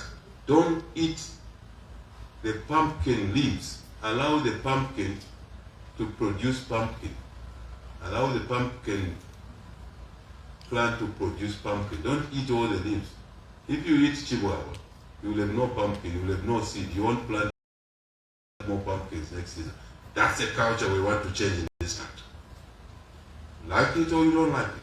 That's how you create wealth. You like it or you don't. You have no other way out. That's the only way. So we're putting that seed, that grant, so that the youth, the women can now mold bricks. We give them a loan. Then they will repay the loan back by buying the bricks from them through CDF regulations, guidelines. Epela and little boy. Lastly, there are many other measures, Priska, by the way. I don't want to bore you. Oscar Chapula, is he here? Oscar is not here. Hot FM, there's nobody from Hot FM. Go and tell Oscar I'm being mischievous. I'm available for a 2-hour radio program. On his radio, on your radio, Hot FM. I promised during the opposition, I promised 2 radio stations, Phoenix and Hot FM. I did it with Phoenix. I'm ready for Hot FM. So we can interact more with people across the country. I'm available, even tomorrow. Planet. Kunda, DPP, UPND cadres are calling for her removal. First, I commented on this issue at length earlier. No one has a legal right to offer immunity to anybody. Not the DPP. She has no right. She has no legal right. Let's not sketch the issue here. She hasn't got. Let's not abuse judicial processes here. She has no right. There's no one in State House who has any legal power to offer immunity to anyone. I said it. I'm reinforcing the point here. I don't like kidding around myself. I don't kid around. Sometimes study the leaders you've chosen. Go back and look at these fellow colleges. I don't play around myself. I may not make much noise, because in this country noise is supposed to be equivalent to ability. No. Most noise teams are empty teams. No one can confer protection against corruption to anybody. Not the DPP. No. What should happen is that the law is clear here. If the DPP has transgressed her rights, the institutions, the framers of the institutions were very clear. You complain to the Judicial Complaints Commission. And I think people have done that already. If not, more will be doing that. That's a law. And then from there, it will take its own course. What a UPND cadre says is what any Zambians can say. Remember, those UPND cadres are citizens. There are people already warning the UPND, don't touch the DPP. You haven't heard that? There are people saying that. So that talk is equalized by the UPND cadres if it's true. So there's talk negative, there's talk positive, but our duty is not to listen to those who are saying don't touch the DPP. No one is going to touch the DPP. Only the law will touch the DPP. The law you put in place. So we not listen to those people, whether it's civil society or it's anyone or it's a relative of the DPP. It does not matter what you feel. It does not matter what the UPND members feel. They're citizens of the country. They're freedom of speech. But what matters to us is to follow the law. Kunda, anyone aggrieved about the conduct of the DPP is to complain to the Judicial Complaints Commission. I'm sure many Zambians are going to do that. Because what we have seen in the last 30 days is unacceptable. It's not correct. The DPP has no power to arrest. The DPP has the power to prosecute. That's a separation of powers. Now, how can she stop people from arresting others? DEC has a right to arrest. So is ACC. So are the police. She has no power over the police. And the DPP cannot tell the DEC, don't arrest Milingo. The DEC can arrest Milingo if they feel Milingo has broken the law. They can arrest Milingo 20 times if he has broken the law 20 times. And I encourage them to do so. DPP has no right to say, don't arrest Milingo. Who is she? Where has she drawn her powers from? She doesn't have those powers. She wrote a letter for Mary Chirwa not to arrest Milingo. That is wrong. Somebody must complain. I'm encouraging Zambians to complain to the Judicial Complaints Commission. That's not victimization. Then she offers immunity to Milingo. That's wrong. Another complaint must go to the Judicial Complaints Commission. And then the law takes its course. God help her. God help us. Thank you. Thank you, Mr. President. I will be really unpopular and take the last set of 3 questions. Ambassador Mtumila, Olande from Degas. Is there a question I missed after? No, sir. I didn't answer? No, sir. Thank you. Olande and the lady closest to me.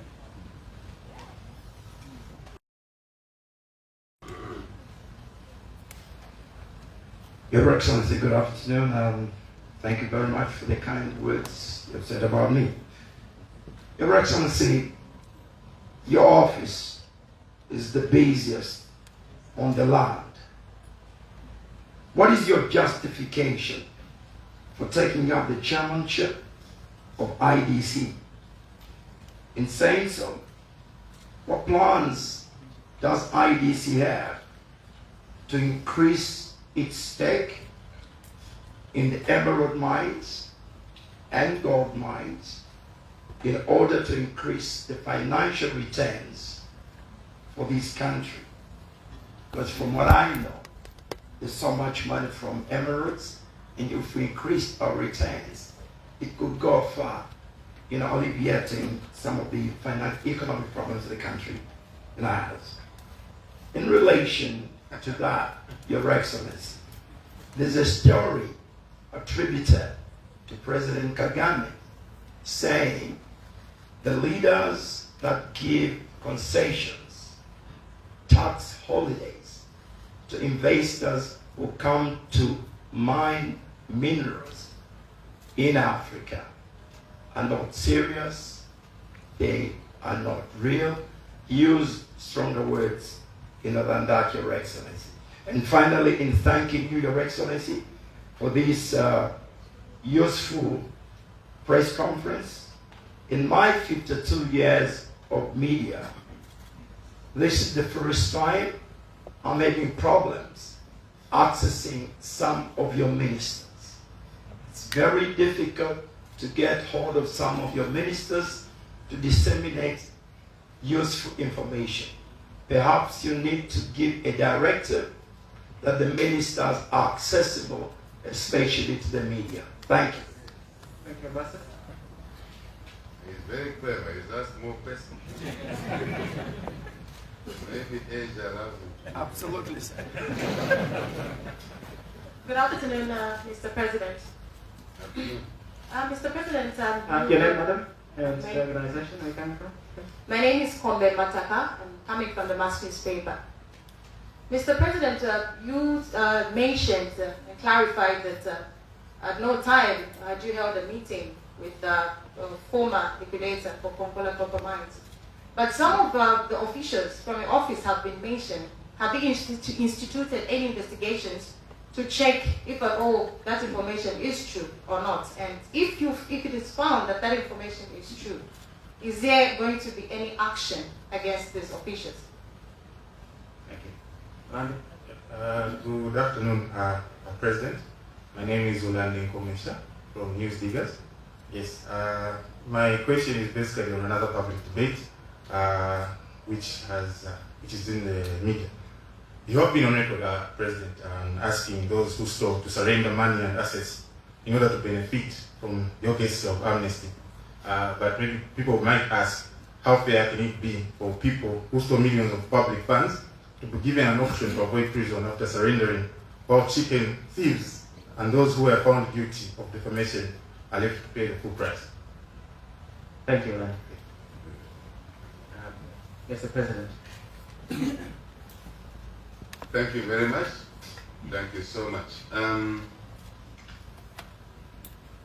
Frank asked a lot more questions. Asked a lot more questions. Asked a lot more questions than one, but he's an experienced one in these things. But it's good he asked the questions. Number one, President is busy. Why IDC chair? I found it, Frank. I didn't create it. This is another issue, Frank.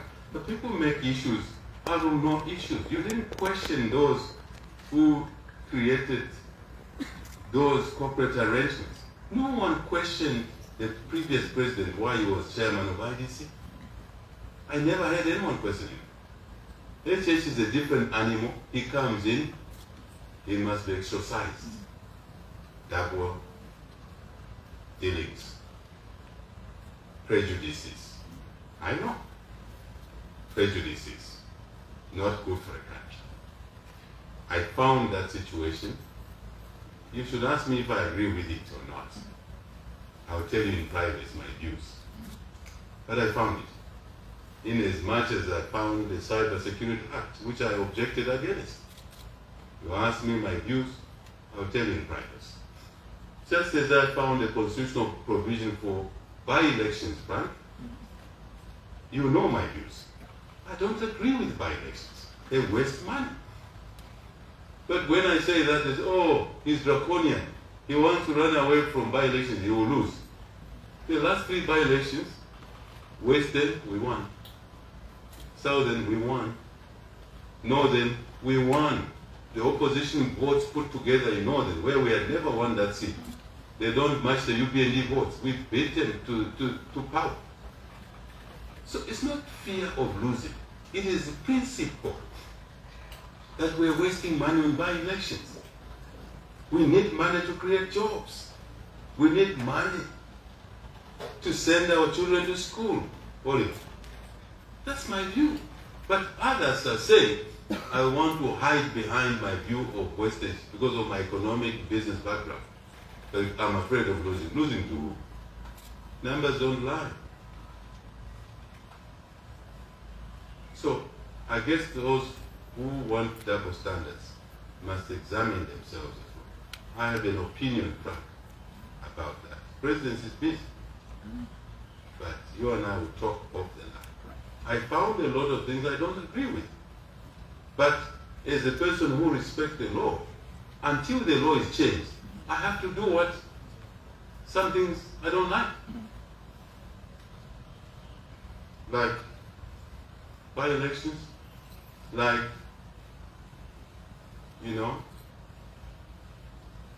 having to appeal to remove an officer who is working against the people of Zambia, having to wait until someone else decides.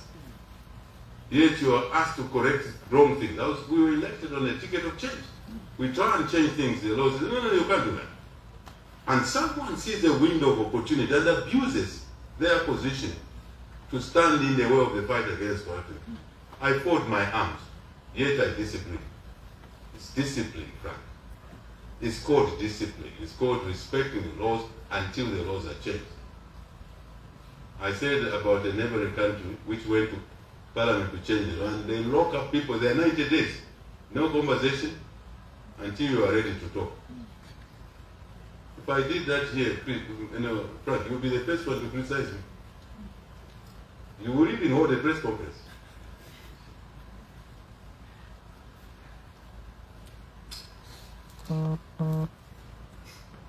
Frank, your next question about IDC is only an instrument you've chosen to increase our interest in strategic minerals of the future, precious, semi-precious, emerald you talked, isn't it? Gold. If there's diamond, it's being said it could be diamond in this country. I go beyond, Frank, in agreeing with you, my dear Frank. I want citizens to benefit from copper, to benefit from cobalt, to benefit from manganese, nickel. That's the battle we're having now. That's why we've shut that cadastre, because people were stealing licenses and giving to friends, and in a manner that will not benefit citizens, including giving to foreigners. Who was doing that? The previous government. Kabuswe shuts that day, Minister Kabuswe. And what is on social media? Kabuswe is corrupt. Poor fellow is implementing a cabinet decision. And he singled out that is corrupt, and the president must fire Kabuswe. No, I'm not firing Kabuswe.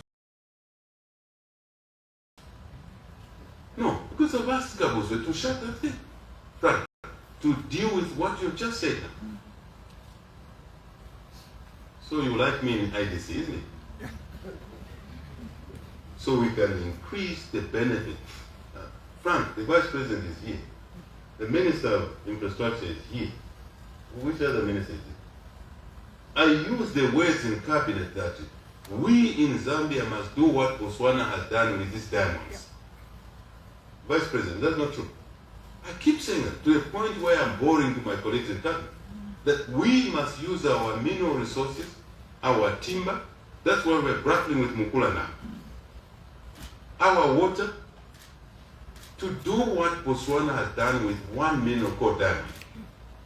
It has changed the life of the Swana people. As a student at University Frank, undergraduate, UNZA, we used to laugh at Swanas, that they were uncivilized. I'm sorry to say that to Swanas. I'm saying so in good faith. But the Swanas were cleverer than us. Today they are laughing at us because we're not as clever as them. Why? They've used their diamond to benefit the Swana lives, to improve lives. That's our intent. Frank, we are together. 100%. But we have to be smart. We don't want to withdraw existing licenses. But the new licenses, we want to use them in a clever way. That's why that cadastre is not issuing license, to reorganize, to allow you and others Zambians to have access to the resources. And partner with others with two assets. One, capital. Two, technology. But also the state, in mind. We're still debating on cabinet. Some don't agree, but I am of your view. Right. Will you support me, Frank? I will, sir. Thank you, sir. Ministers being accessible. I've heard that. They are here. Cabinet members are here, 2 of them. 3 of us. Others are here through the video. But we will reinforce your point. Absolutely. And you are right. Remember, I've belabored in this press briefing to say we work for you. Yeah. And we must demonstrate that we work for you by being accessible. Thank you for that. Thank you, sir. President Kagame's point, I've dealt with it in a clever way. Yeah. Because I don't want to. He was my visitor just a few weeks ago. But where he's coming from, I understand.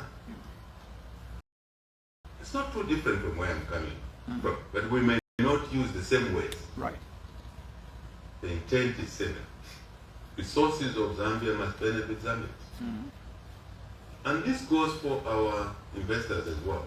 You need to work with Zambians. That's my message to investors. Work with Zambians. That's your best insurance policy against expropriation. When you work with Zambians, you have a vested interest together. It's not them against us. It's us together. Loaded them. Come. The issue of meeting the liquidator. You want to hear more around it. I have belabored that point. Where is Komi? I have belabored that point, madam. I spent an awfully too long talking about it. She's saying us question. We never agreed with Milengo's appointment in opposition. We never agreed with what he was doing there when we formed government. It's not a secret. It's in public domain. You must have written a story of me talking about that when I was in opposition. We want to unlock that asset. The question which was plotted around, parroted around, that's the word I was looking for, parroted around, was in any engagement, an immunity was granted to me. That's a material issue. If I meet you,